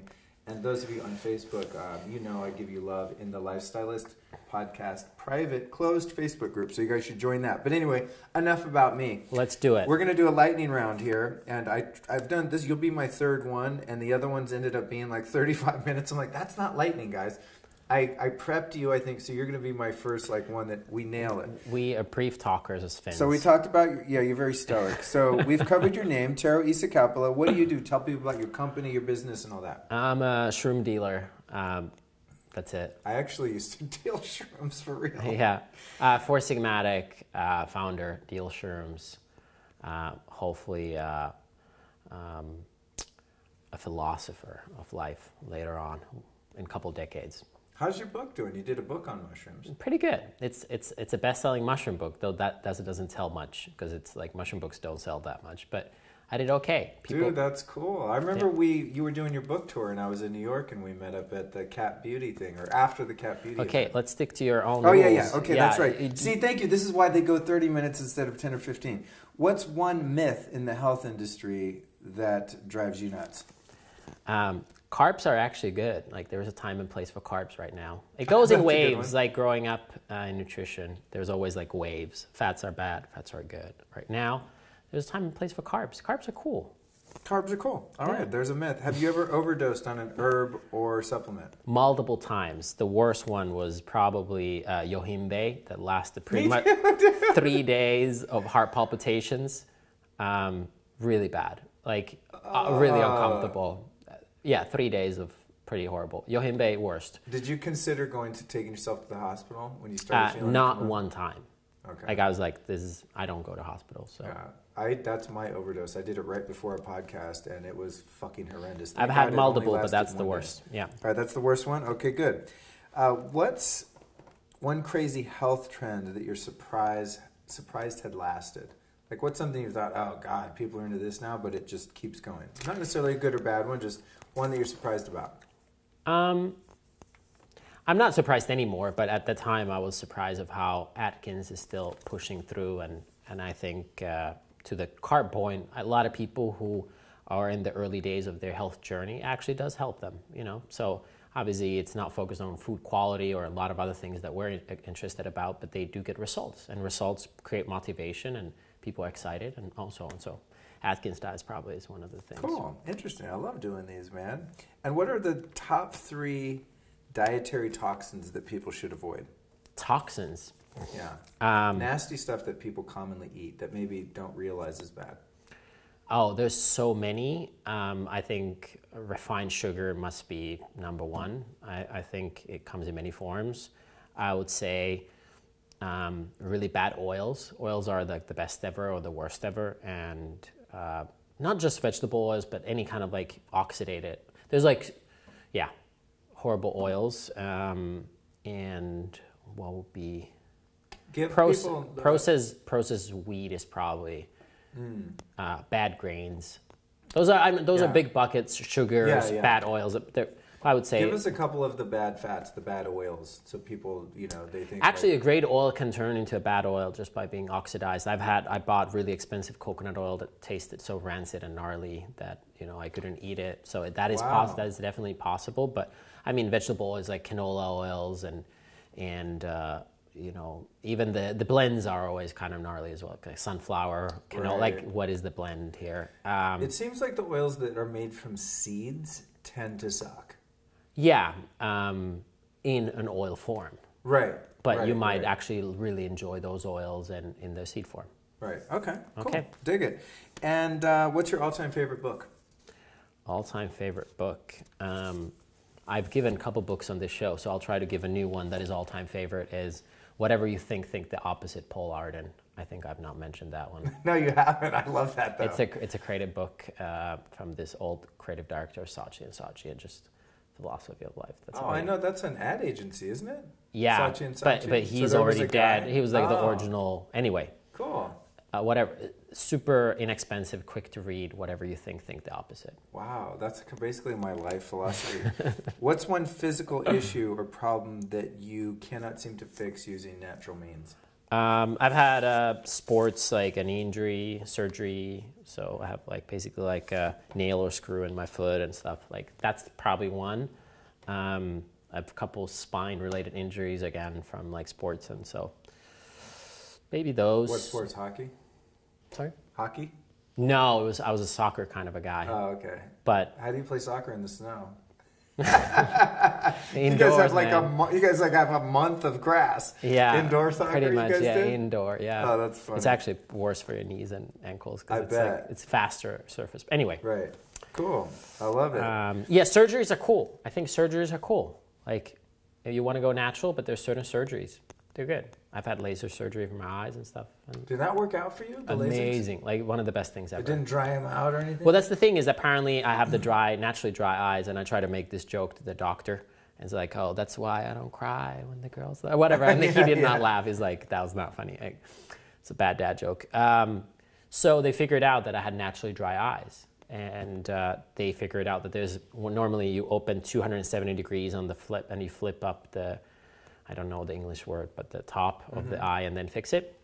With me, they only did something like 30 or 40 degrees from the top of the eyelid, and then they did it that way. And actually my eyes are more moist or better hydrated than they were before. Wow, that's so cool, because I got two brothers, both had LASIKs. One of them about 10 years ago, didn't have the dry eyes, no problems, but it's starting to wear out. Yeah. And now they're kind of going back. So it was called Smile, and I think a lot of the laser surgery technology is from Finland, so there's really smart people there, apparently. I'm not to ask his fins, but honestly, like, you guys are pretty fucking smart. Like, a lot of the coolest health technologies come from Finland. Yeah, there's a few. Yeah, there's some good stuff coming out of that country. Yeah. All right, cool. So maybe if my eyes continue to get bad, I have to go over to Helsinki. It's a big, good excuse to get over there. What's your favorite alternative health device or technology, speaking of technology? My nail bed. My nail bed. We've talked about it. The sleep induction mat? No, like an actual bed of nails. Really? Like, or like a mat that goes on from Eastern Europe. I think I've talked about it in one of your earlier podcasts. You go listen to our previous podcast. Yeah. That's probably my fave. And cool. So it's like a low-tech biohacking technology. Yeah, but it's like acupressure into your... And then other things that I like, sauna. I guess I have to plug a sauna. Yeah. Just a good old sauna. Yeah. Sauna, right on. yeah. And what's the grossest health food you've ever eaten? I've eaten a lot of gross foods. I think like probably insects, live insects are things that people gross out. I didn't really gross out about that. I think something that was really, really gnarly is... That's a very good question. I've had so many bad ones. Insects are pretty good, dude. I'll give you that one. I'm very satisfied with that. Well, answer. I didn't. Yeah, I'm not satisfied. There's some bad ones. What is actually the gnarliest? You know what? Let's go on. Let's keep it lightning. We'll keep it insects. Okay, if it comes to mind, I'm open, but insects is pretty good. And what word? Or eyes. Eyes of fishes, probably. Fish eyes? Yeah. They're actually pretty delicious, actually, but it kind of grows you out when it pops. Oh. For the first time, but then they're actually delicious. So once you bite down on it, it has a little... Yeah, but it's pretty good. It's probably full of DHA. I bet it's like the best DHA food ever. When all like animal stuff, but the animal stuff can gross you out more than the plant stuff. Like I've eaten really gnarly tasting plant stuff, but it doesn't really gross you out even if the flavor is strong. Right. It's usually the animal products that sometimes freak you out for some reason. Yeah. Have you ever heard of Rocky Mountain oysters? The bulls? Yeah, balls, They're actually pretty good. Cattle balls. I've had them in Spain, yeah. They're actually pretty delicious. But I guess that is as well. This is gross. Okay, moving on. When I was a kid in Colorado, a lot of the ranchers would eat them. They fry them up, and I never tried it. I was like, hell no, I couldn't get. Yeah, I had it in Andalusia. Cool. Moving on to a little more deep waters here. What word do you use for God, and why do you use that word? The big electron. The big electron. And why do I use it is I think we're all one, and it's vibrations. And I heard that from George Carlin, and I thought that was a good word for it. Cool. I like that. I like George. You know what? I love George Carlin. I mean, a lot of his skits, but the one where he talks about how naive it is for humans to think they can save the world. It is a good one. Global warming and I used to show it to all our new employees. Oh, that's amazing. Because we're kind of trying to save the planet. It's just like, no matter how thin you slice it, there's two sides. Show that video. So I should actually bring it back now that we have a few new employees. That's a good company culture, like indoctrination. Like, hey, we're doing good stuff in the world, but let's not take ourselves too serious. Correct, yeah. The world could literally sneeze and human beings would have never Now you inspired me to show it to everyone. Awesome. What's the most profound spiritual experience you had in your life? What single experience were you like, oh, wow, there's another dimension here?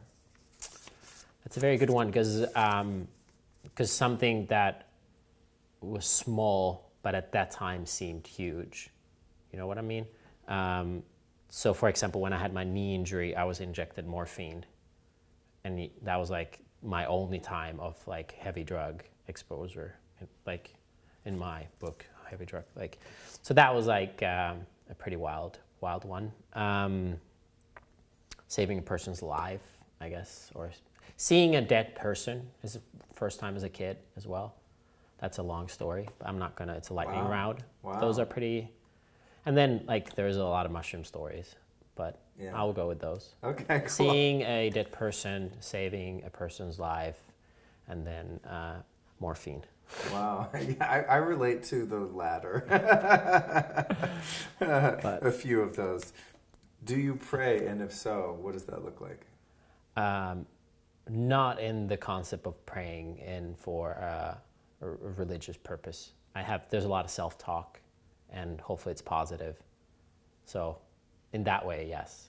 And what it does. I used to have the beads, the Catholic Church, what is it called? Rosary. Rosary, yeah. And I used to buy those, even though I was not religious. I would carry it all the time. And I would just go from there, when there's multiple beads, I would say, moment by moment, step by step, I'll get better and better. Moment by moment, step by step, I'll get better and better. And when there's just that one bead, I would ask something specific in my life. So that's the closest I've been to a prayer. That's cool. I like that. Wow, but it was not a Christian thing. Yeah. I mean, the question is really meant to be open-ended. Like, what does that look like for you? Some people have answered like, oh, I just have this conversation with the great electron.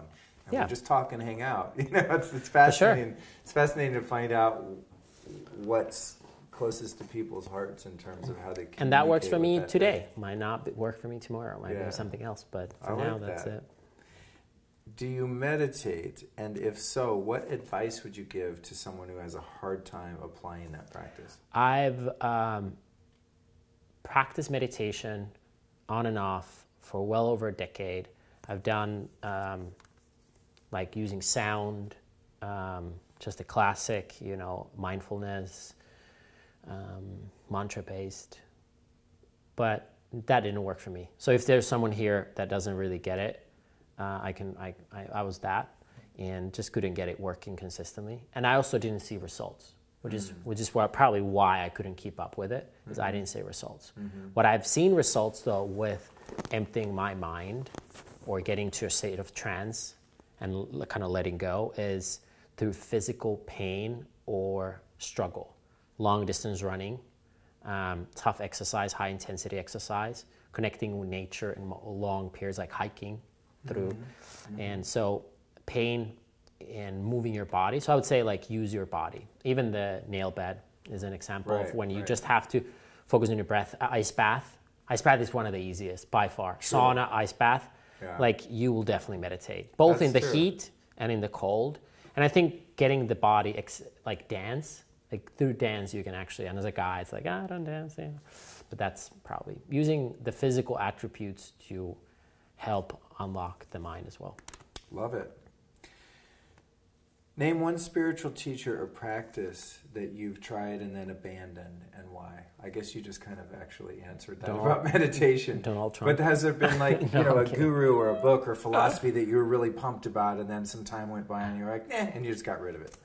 No, I tried to make a joke about Donald Trump here, but no. If he was ever your guru, that would be an interesting story. No, I did love what was his TV show, Apprentice? Yeah. Oh, that was a great fucking show. That was like I learned a lot about business from that. I don't share about business, but it was entertaining AF. That show and Shark Tank, I think, are really great for entrepreneurs. Yeah. Spiritual teacher that I've abandoned, television. Oh, good one. What's one incurable disease that you have seen healed naturally? I'll pass on that one. I for legal purposes, I shouldn't answer that one. Okay, no problem. I understand in the health industry we can't discuss those things at times. Yeah. Name your top 5 deserted island albums. Albums. I was like, the islands. I was like, Hawaii, Grand North Cayman, Shore. Yeah. We got the Coron, Palawan Islands. If I stranded you right now and you get 5 albums for the rest of your existence, what would they be? It would probably be a lot of best of albums of it's got to be one artist per album. Best of Black Sabbath. Oh, okay. Of one band, okay. Yeah. Best of Black Sabbath. Nice. Best of Faith No More. Interesting. Best That's of, random.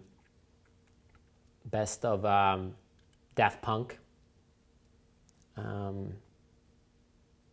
Best of Nas. Wow. And this, I don't know what I want to listen to the whole album. Uiruma, it's like Yiruma, and it's like a piano player, I think Korean. Plays just plays piano. Pretty good. Wow, God, these are so I love doing these Kings questions. of Convenience. Oh, crap. Okay, move on. Okay, so I'll give you 6. Yeah. I'll let you cheat. Because that was very economic, too, to do the best of, because then you're not trapped. For me, what I do with that one is I pick double albums. So it'd be like, It'd be like the White Album, XL and Main Street. Yeah. And also albums with multiple singers. Yeah. That's what I like to do. Just get you double albums in there. That way you get 2 for 1 sale. There was one really good Black Sabbath double album. We sold our souls for rock and roll. Yeah. It was a double album. So I would pick that one probably too. What's the craziest thing you've ever done to try to be healthy? Craziest thing? A lot of stuff. I guess the stem cell game, like seemingly is pretty crazy, but is it? It's not really that crazy.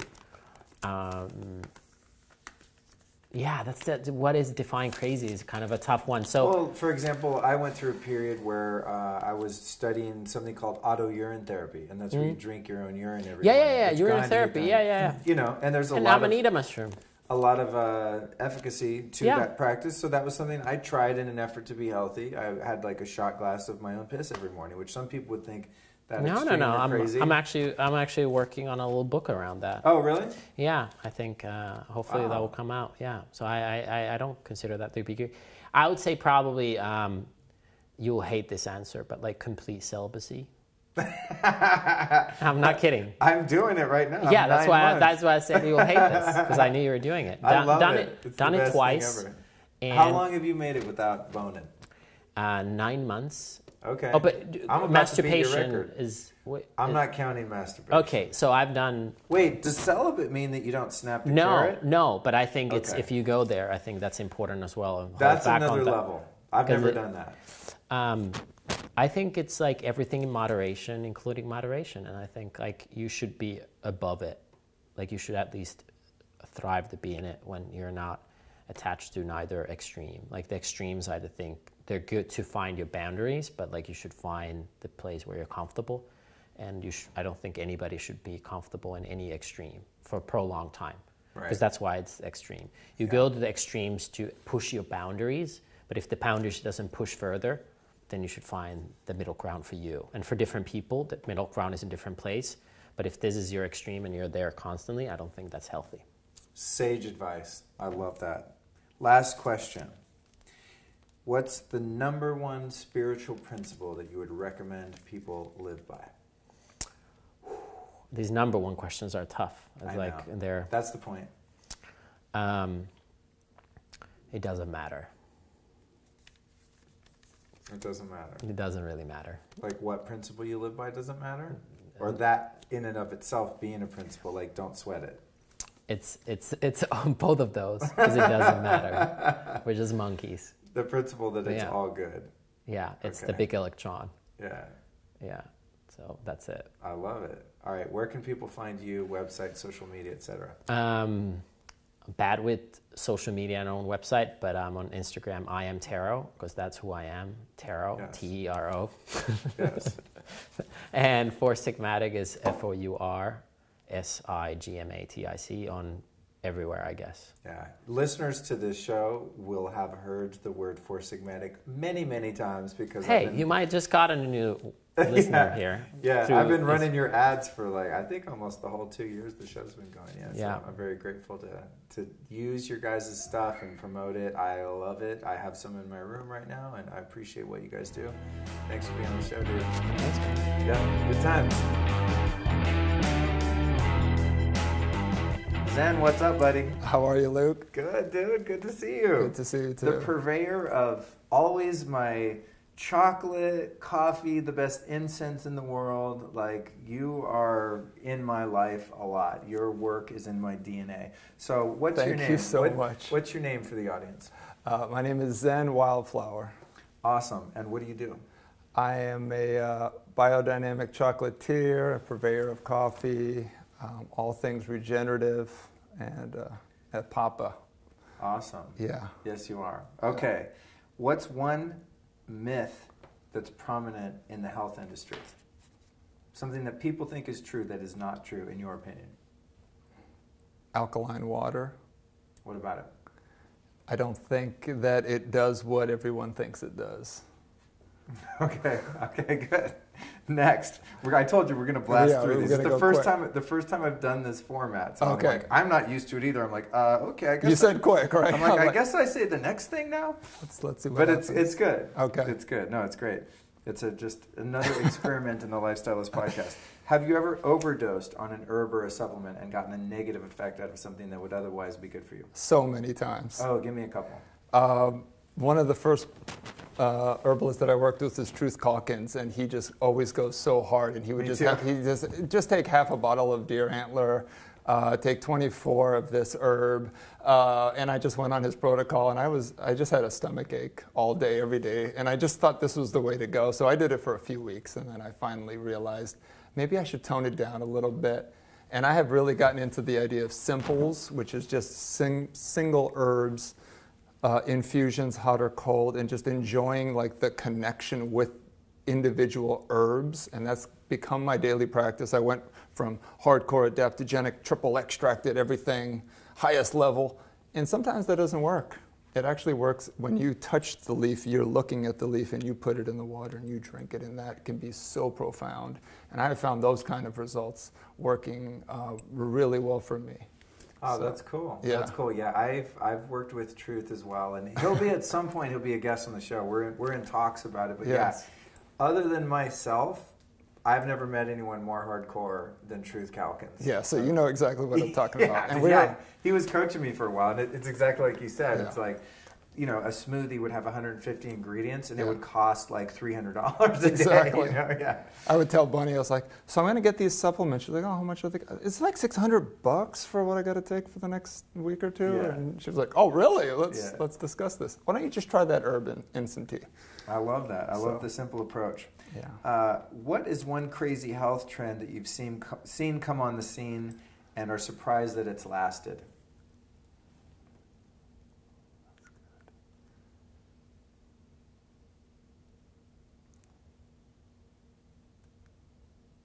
I want to say grounding, even though it just started. I'm so excited for that trend, and I hope it stays. And it is literally the most important thing. And it's free, it's easy, and the fact that people are talking about it, and also the new raw water scandals and things. I mean, these are things that are so elemental to one's being that I welcome all the press, good or bad, and like let's go towards returning back to nature as the trend. Awesome. That's Yeah. a good one. That's a good one, dude. Yeah. And by the way, when we do the audio, cut this part out too. I'm going to cut out any gaps like that. Oh, okay. So don't, if you have to, if you have to think about something, like don't even trip, wait for the download to come, because it'll be edited like Okay. super tight. I was like, wait, that was a long pause. No, it's fine. It's fine. It's fine. Now, the people watching on video, you guys are just going to have to deal with a lot Oh, of that's pauses. hilarious. But no, is this live on video? yeah, it is. Yeah. We're live on Instagram right there, and we're live on Facebook right there. I like to not tell people we're Oh live. my God, you're hilarious. Because it just creates a little more, ambiance. Yeah. Okay, next. Who are 3 health experts that you admire? David Wolf. He transformed my life. Him and Daniel Vitalis were probably the 2 most important people that I started at this convention 14 years ago. And this is really what kind of got me on my path and created our brand. A third person would be this acupuncturist that passed away. Like really just kind of understanding our body's meridian points and understanding the connectiveness of ourselves and how we can really just connect within ourselves to just heal so many different ways. And acupuncture kind of led me down that path. Awesome. Love it, man. What are the top 3 dietary toxins that people should avoid? Tap water. Just as a whole, it's a toxin. It's true, though. It has like hundreds of toxins in it. But compounded into one thing, Right. tap water. That's a cheat, because like you can include like about 2,000 other toxic chemicals in tap water. All right, that's a good one. Give me 2 more. White flour, white sugar. Yeah, love it. The cocaines of food. Yeah, it's something that is so heavily consumed and it is so denatured, it doesn't even make sense. Our bodies don't even know how to deal with unnatural things, and we've become accustomed to that. And so I think returning back to nature on all levels is really where you're going to find the true health. Dude, the other day I was at the Grove, right, with listeners. It's a mall in Hollywood. It's nice. It's an outdoor mall. I mean, as far as malls go, it's One of the pretty nice, chill. at least it's outside. Now they have this I forget the name of it, but it's the cronut. Are you familiar with the cronut? I am familiar with Okay, cronut. it's like this. I have had one. Famous chef in New York up in the cronut. So the real cronut guy opened a spot in the Grove, and I walk by it all the time, and they have like a wait list. It's like this really foo-foo whole situation over there. And I walked in there, and I hadn't eaten, I didn't have my daily fat, and so I was like, oh my God, I want a goddamn cronut. Don't do it. I'm in.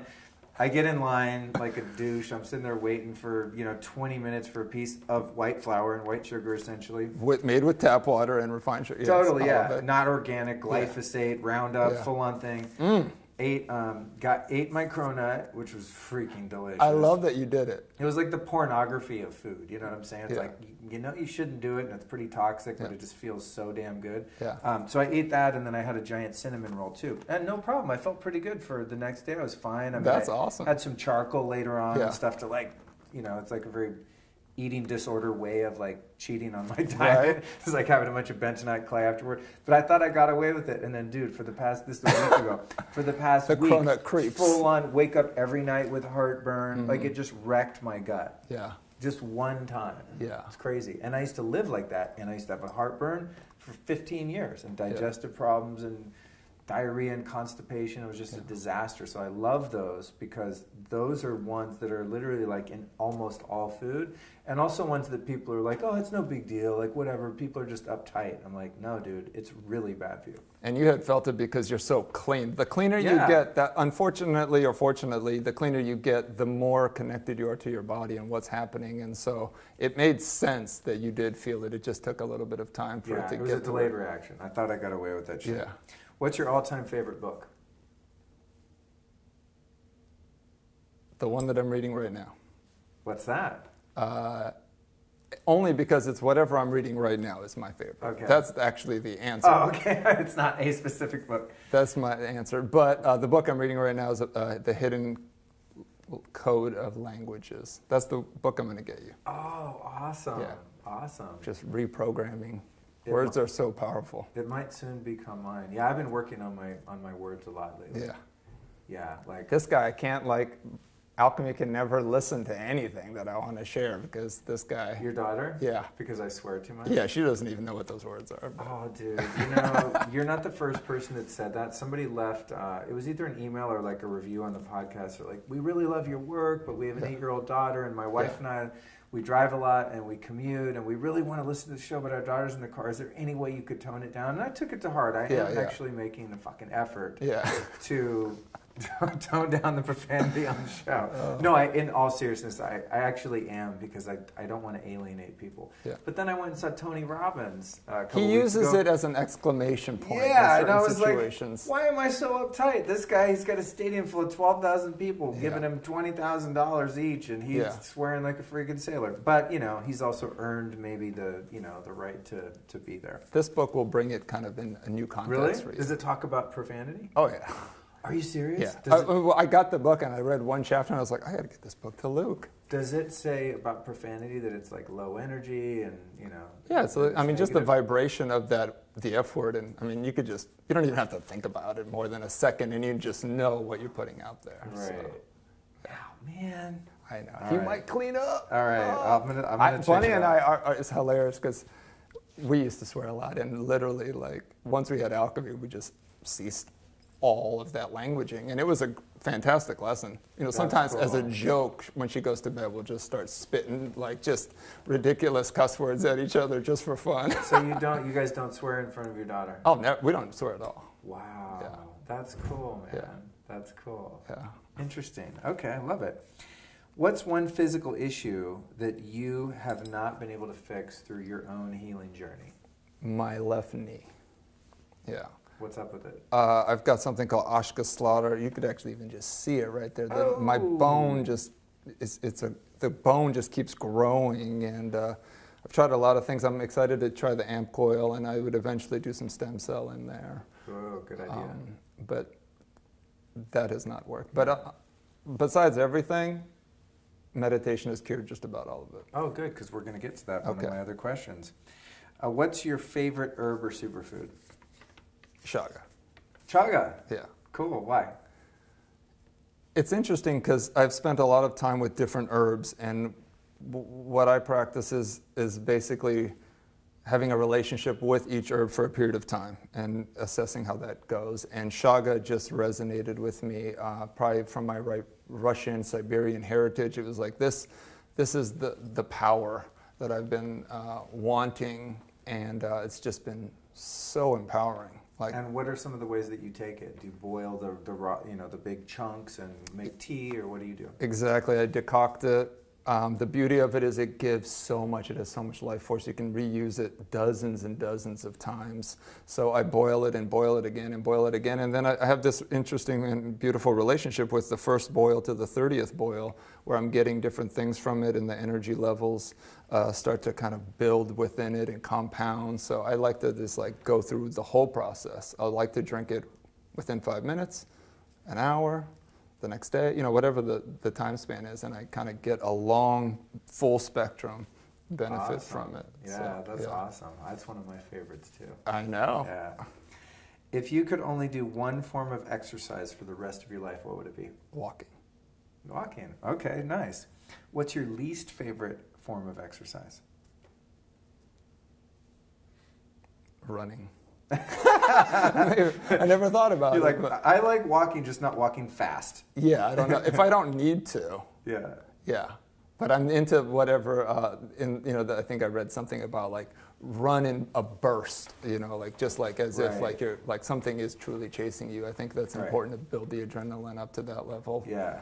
I mean, that's a kind of a Paleolithic approach to fitness, right? Yeah. Where your hunter-gatherer would have walked like huge expanses of distance and land on a regular basis, migrating all over the place. Yeah. And then they would have either been chased by an animal or chasing an animal in short spurts. So it's kind of what we've evolved to do in terms of exercise. I think a lot of the sort of high-intensity interval training, I would think, is sort of born out of that idea, lifting heavy shit to get a rock out of the way of your cave or whatever, and then running to catch a deer, and then running away from a lion, and there's like short bursts of really strenuous exercise. Yeah, I mean, another one would be a flat foot squat and just observing, grounded, and I like to sit on, I have some hills and mountains I live at, and I just flat foot squat, barefoot, observe, and that practice is really a profound and powerful exercise. Cool, scanning the horizon. I'm really into observation from where we live, and we specifically bought this property for this, and kind of getting back into the mind state of like, oh wow, the natives of this place I could totally see them flat foot squatting right here, because that's our natural position, and seeing what happens. And so I like to choose different spaces and do that and watch, and I would have seen that happen or avoid that, or it's pretty fun. I love that. Yeah, this is fun. I like this format of interview. This is cool. I'm having a great time. I really love this guy. I'm so glad this guy is just doing it. I've appreciated it from the second I heard about you through Daniel Vitalis, and just to share this amazing insight that all these different people have, because I think David was talking about earlier, we're so extreme with like, it's either this or this, and you're like, there's probably hundreds of thousands, if not millions of people that have very unique and amazing perspectives on things that we should all extract our little tidbits. And you're finding such amazing light beings and just broadcasting this wide a range of information, and you just kind of pick and choose with what resonates with you. And I think that's kind of where you evolve with your philosophy and how you live. Yeah. It's not like, oh, this guy says that or that girl says that. That's cool. Yeah, I like to think of it as this and and. I'm so excited to be an and right now. I can't believe it. Well, rather than the duality of either or, like if you like chocolate, that means you hate vanilla. Well, how about if I like chocolate and vanilla? Yeah. Okay, so what's your favorite alternative health device or technology at the moment? Biohacking, geeky tech stuff, if you're even into any of that. I'm into all of it. I've been using a grounding sheet and a grounding mat for about, I don't know, ever since Clint came out with it. He launched it at a show that I was at, maybe it was like 12 years ago. So I've been sleeping grounded and working on my computer grounded, and I feel like that makes all the difference. Awesome, I love that. Yeah, it's the second time you've mentioned that, and the grounding is one of those things too that doesn't cost a lot of money to dial that into your lifestyle. And I get a lot of feedback from people that are like, cool, all these devices look really fun, but I don't have that money at the moment. So the grounding is like relatively affordable and very impactful. Yeah, and you can do it for free. Yeah, or you could just walk outside. Yeah, or take your computer outside. If you happen to have an area where you can just be barefoot or just be touching a tree while you're doing something, it's all there. Love it, dude. What's the grossest health food you've ever eaten? Jeez. I've tried so many things. I don't know what would be the grossest. Let me think about that. You're part Japanese, right? I am. My answer is a Japanese food. Oh, really? Yeah. I was going to say... and it's not animal-based. Oh. It's not like, a weird squid and sushi or something. Oh, you probably... Natto? Yeah. I love natto. I have some in my hotel room here. There's one company that makes an organic natto. I highly recommend it. They're in San Francisco? Yeah, they're above San Francisco. Okay, yeah. Only company. What's their name? I don't remember, but they're in Sebastopol. It's fermented. It's the only organic fermented soybean. So tell people what natto is and why that some might consider it gross. I learned to like it, but... It's so potent. It's funny because this is like monk or samurai food, ancient. And this would just be something that you would just have your little wooden basket bag, and you'd have your soybeans in there fermenting, and you could just eat it. A lot of people think it's disgusting because it basically gets so gelatinous that there's like a string that we could probably pull for like a mile, and there's a really potent smell to it. But it's really powerful. I think most people would say that. Yeah. I have a hard time with some certain fishy things. So I think it's all personal. Like, sometimes some DHAs or some things, just fish oil. Like, I would love to do that blue ice cod, fermented cod. Yeah, that's probably the most disgusting thing. The organic pastures, I think they're called. Yeah, that shit's gnarly. That is, I think you've topped natto. Because the natto smell is really gnarly, but it actually tastes good. It has that, what's that umami? What do you call it? Umami flavor, right? It's just a very unique flavor profile. But like when I used to live in the Hollywood Hills, I had this huge house. It was like 2,900 square feet, I think, which is huge for LA. Yeah. And I'd be up in the kitchen, and my girlfriend would be down.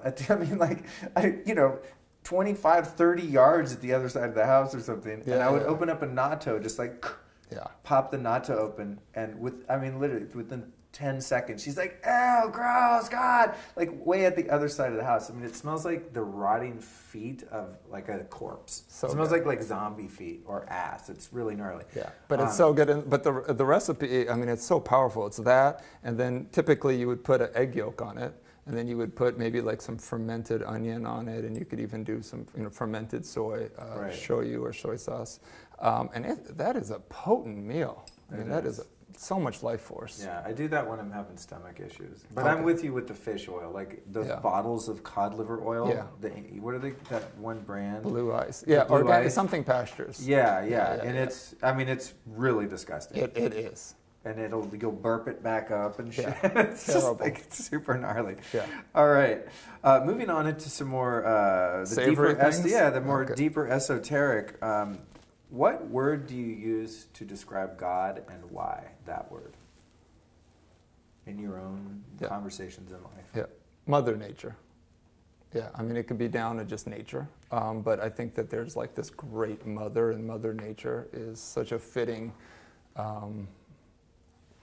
title for this vast energy, to try to encompass everything that is so dynamic about every single living thing, and the landscapes and the beauty of the stars and the sky. I mean, just the whole, it could be the universe, but, here, I'm living here within Mother Nature, within the universe, and to me that seems like the most profound and powerful kind of name from my God. I love that. Yeah. And speaking of profound, what was the single most profound spiritual experience that you've had in your life?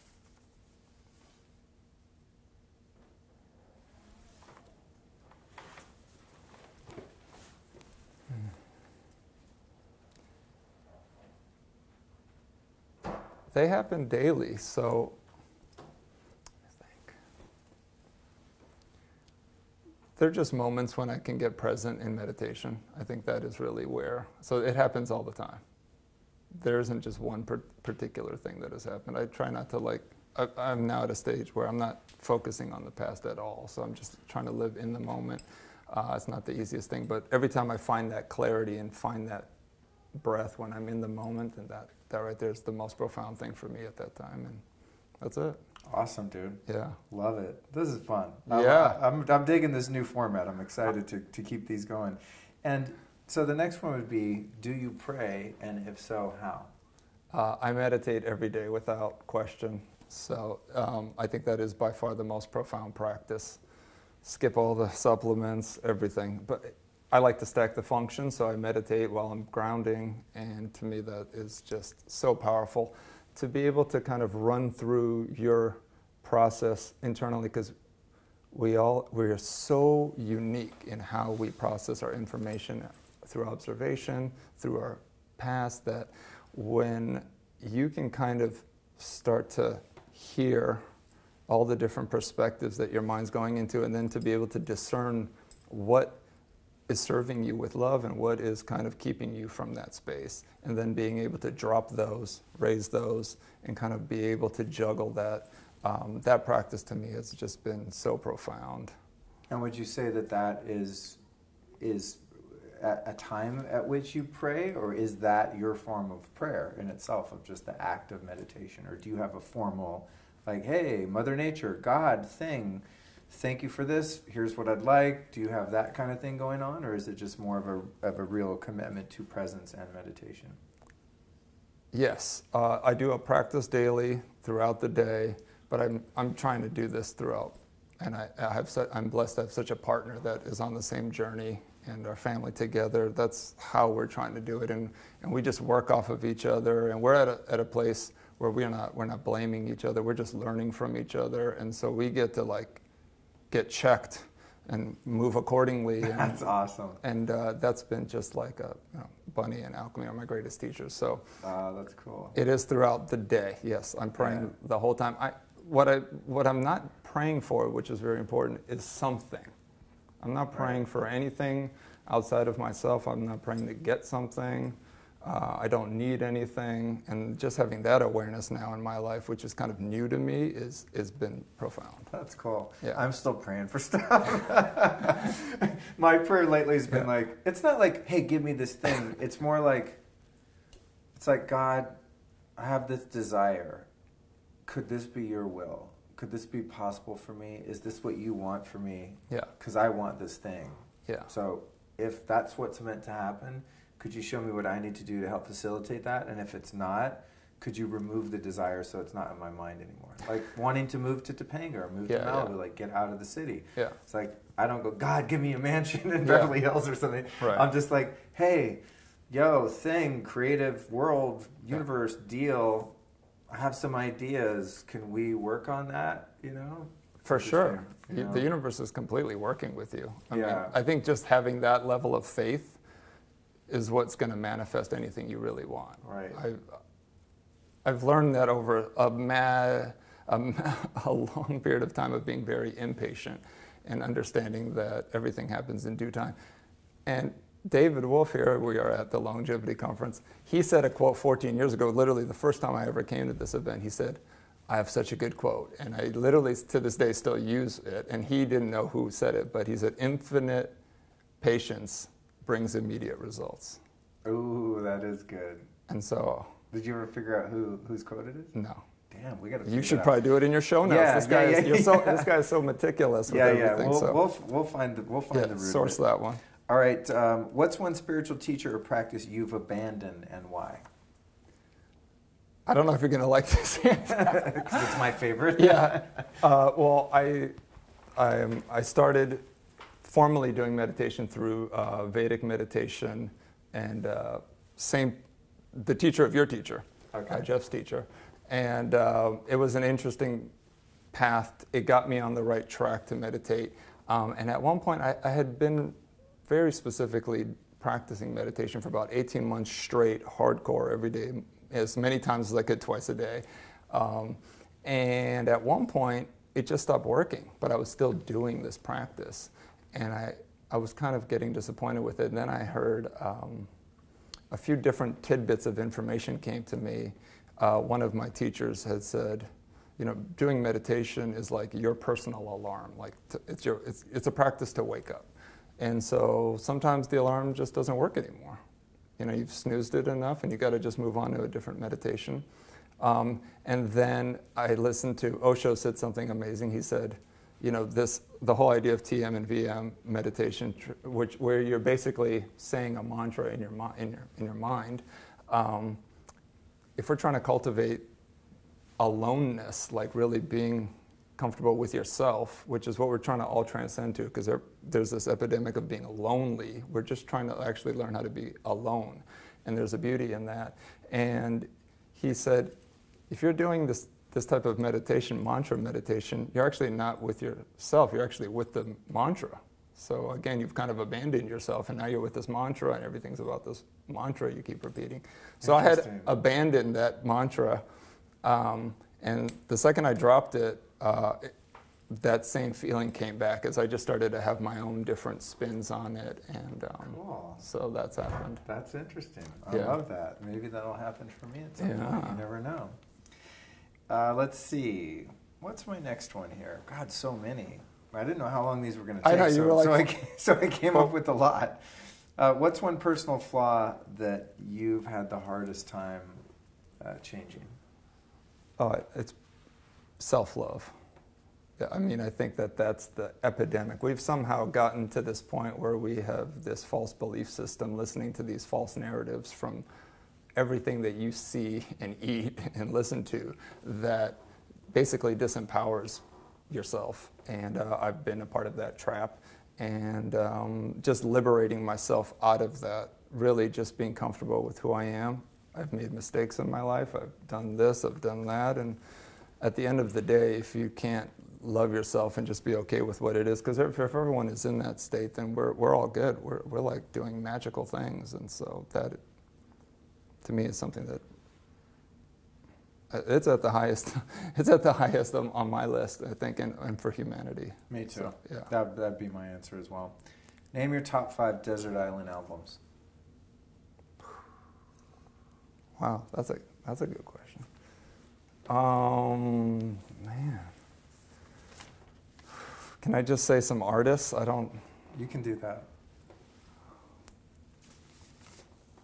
Let's see.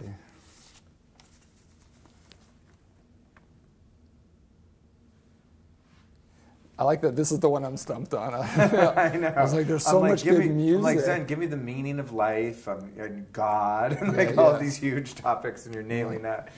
But man. No, this one I knew would be tough for people. Yeah, I mean, I grew up listening to reggae since I was born. That was on the record player back in Japan. So Bob, Toots, things that just are easy and make you feel good. Probably some mantras, and I'm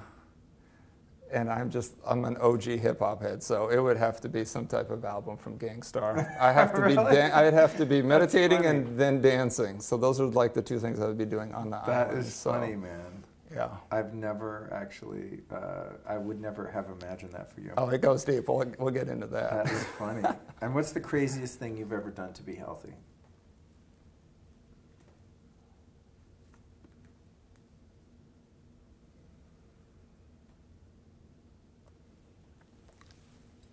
Go away from what the mainstream thinks is healthy. I think just going along this alternative path. I mean, this is a very small group here, and we are definitely walking down a path that is not walked by most people. So out of our little bubble, we're like 1% of 1%. And I think that being very proud, being vocal, and just praising Mother Nature, nature knows how to do it all. Like, let's just go there. I don't need anything from modern medicine unless it's an emergency, and I think that we've just been really bamboozled with what we think is the way to be healthy. And you can't trump Mother Nature. Just to be natural and connect with things that are in the natural world. That's why we're all here and listening to these speakers talk about these things. So I think it's, in the big picture, I'm very extreme, you're very extreme, that we're not just like eating Cocoa Puffs and I'm cooking my, Wonder Bread, and I don't even know what, like you had said the other day, you went to some grocery store that was like a supermarket. I'm like, I've done that recently, and I'm like, these brands still exist?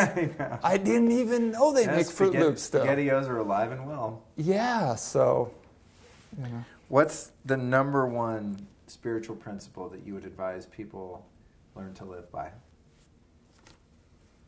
Again, self-love. Nothing else matters. Like, I spent so many years of my life just worrying about what other people think, or living up to something, some type of expectation, and there's actually nothing there. There's no prize. No one actually, the grand reveal is no one actually cares. So there's no prize for being the, so that's great. Just self-love, and but living in that, like truly, you know, not just talking about it, but just like truly loving yourself without judgment, owning when you do fall off or not. No one's a saint or whatever that is, and just being okay with it, and just be like, oh, okay, I'm going to learn and grow from that. Awesome takeaway. Yeah. And lastly, where can people find your website, social media, things like that? Zenbunny.com, and then @ZenBunny. There's eventually going to be a Zen the Wildflower thing going on, and then Bunny's going to be doing her own thing as well. But go to Zen Bunny, and then we'll lead you. And that's Bunny with an I. Got it. Because that is my wife's name. And we will, of course, put that in the show notes. Dude, really good to see you. Thanks for sitting down with me for my first of this sort of experimental lightning round type of interview. It was super fun, and thank you for joining me, dude. I appreciate it. And this guy just pulled me outside like just 5 minutes before this started and was like, do you want to do this? So I like that. I'm going to continue this plan you should of kind attack of bamboozle people. I've got Scott here from Sun Potion. I'm going to do the same thing. He's writing down all these things had a little already. Well, he's been listening to the last couple of questions. Hopefully he's zoned out. But yeah, I think it's fun, like getting people and just like spur of the moment, you know, the first intuitive answer that comes to mind. Yeah, you know, it's really fun. Thank you for this practice. I said earlier, he just made me nervous. I was cool as a fan, just enjoying myself, and then all of a sudden he's like, "You're gonna have a microphone. The camera's gonna be on." I was like, "I'm nervous." Yeah, good. So, well, now it's over. You made it. There it is. Thanks, bro. Thank you for having me. Peace.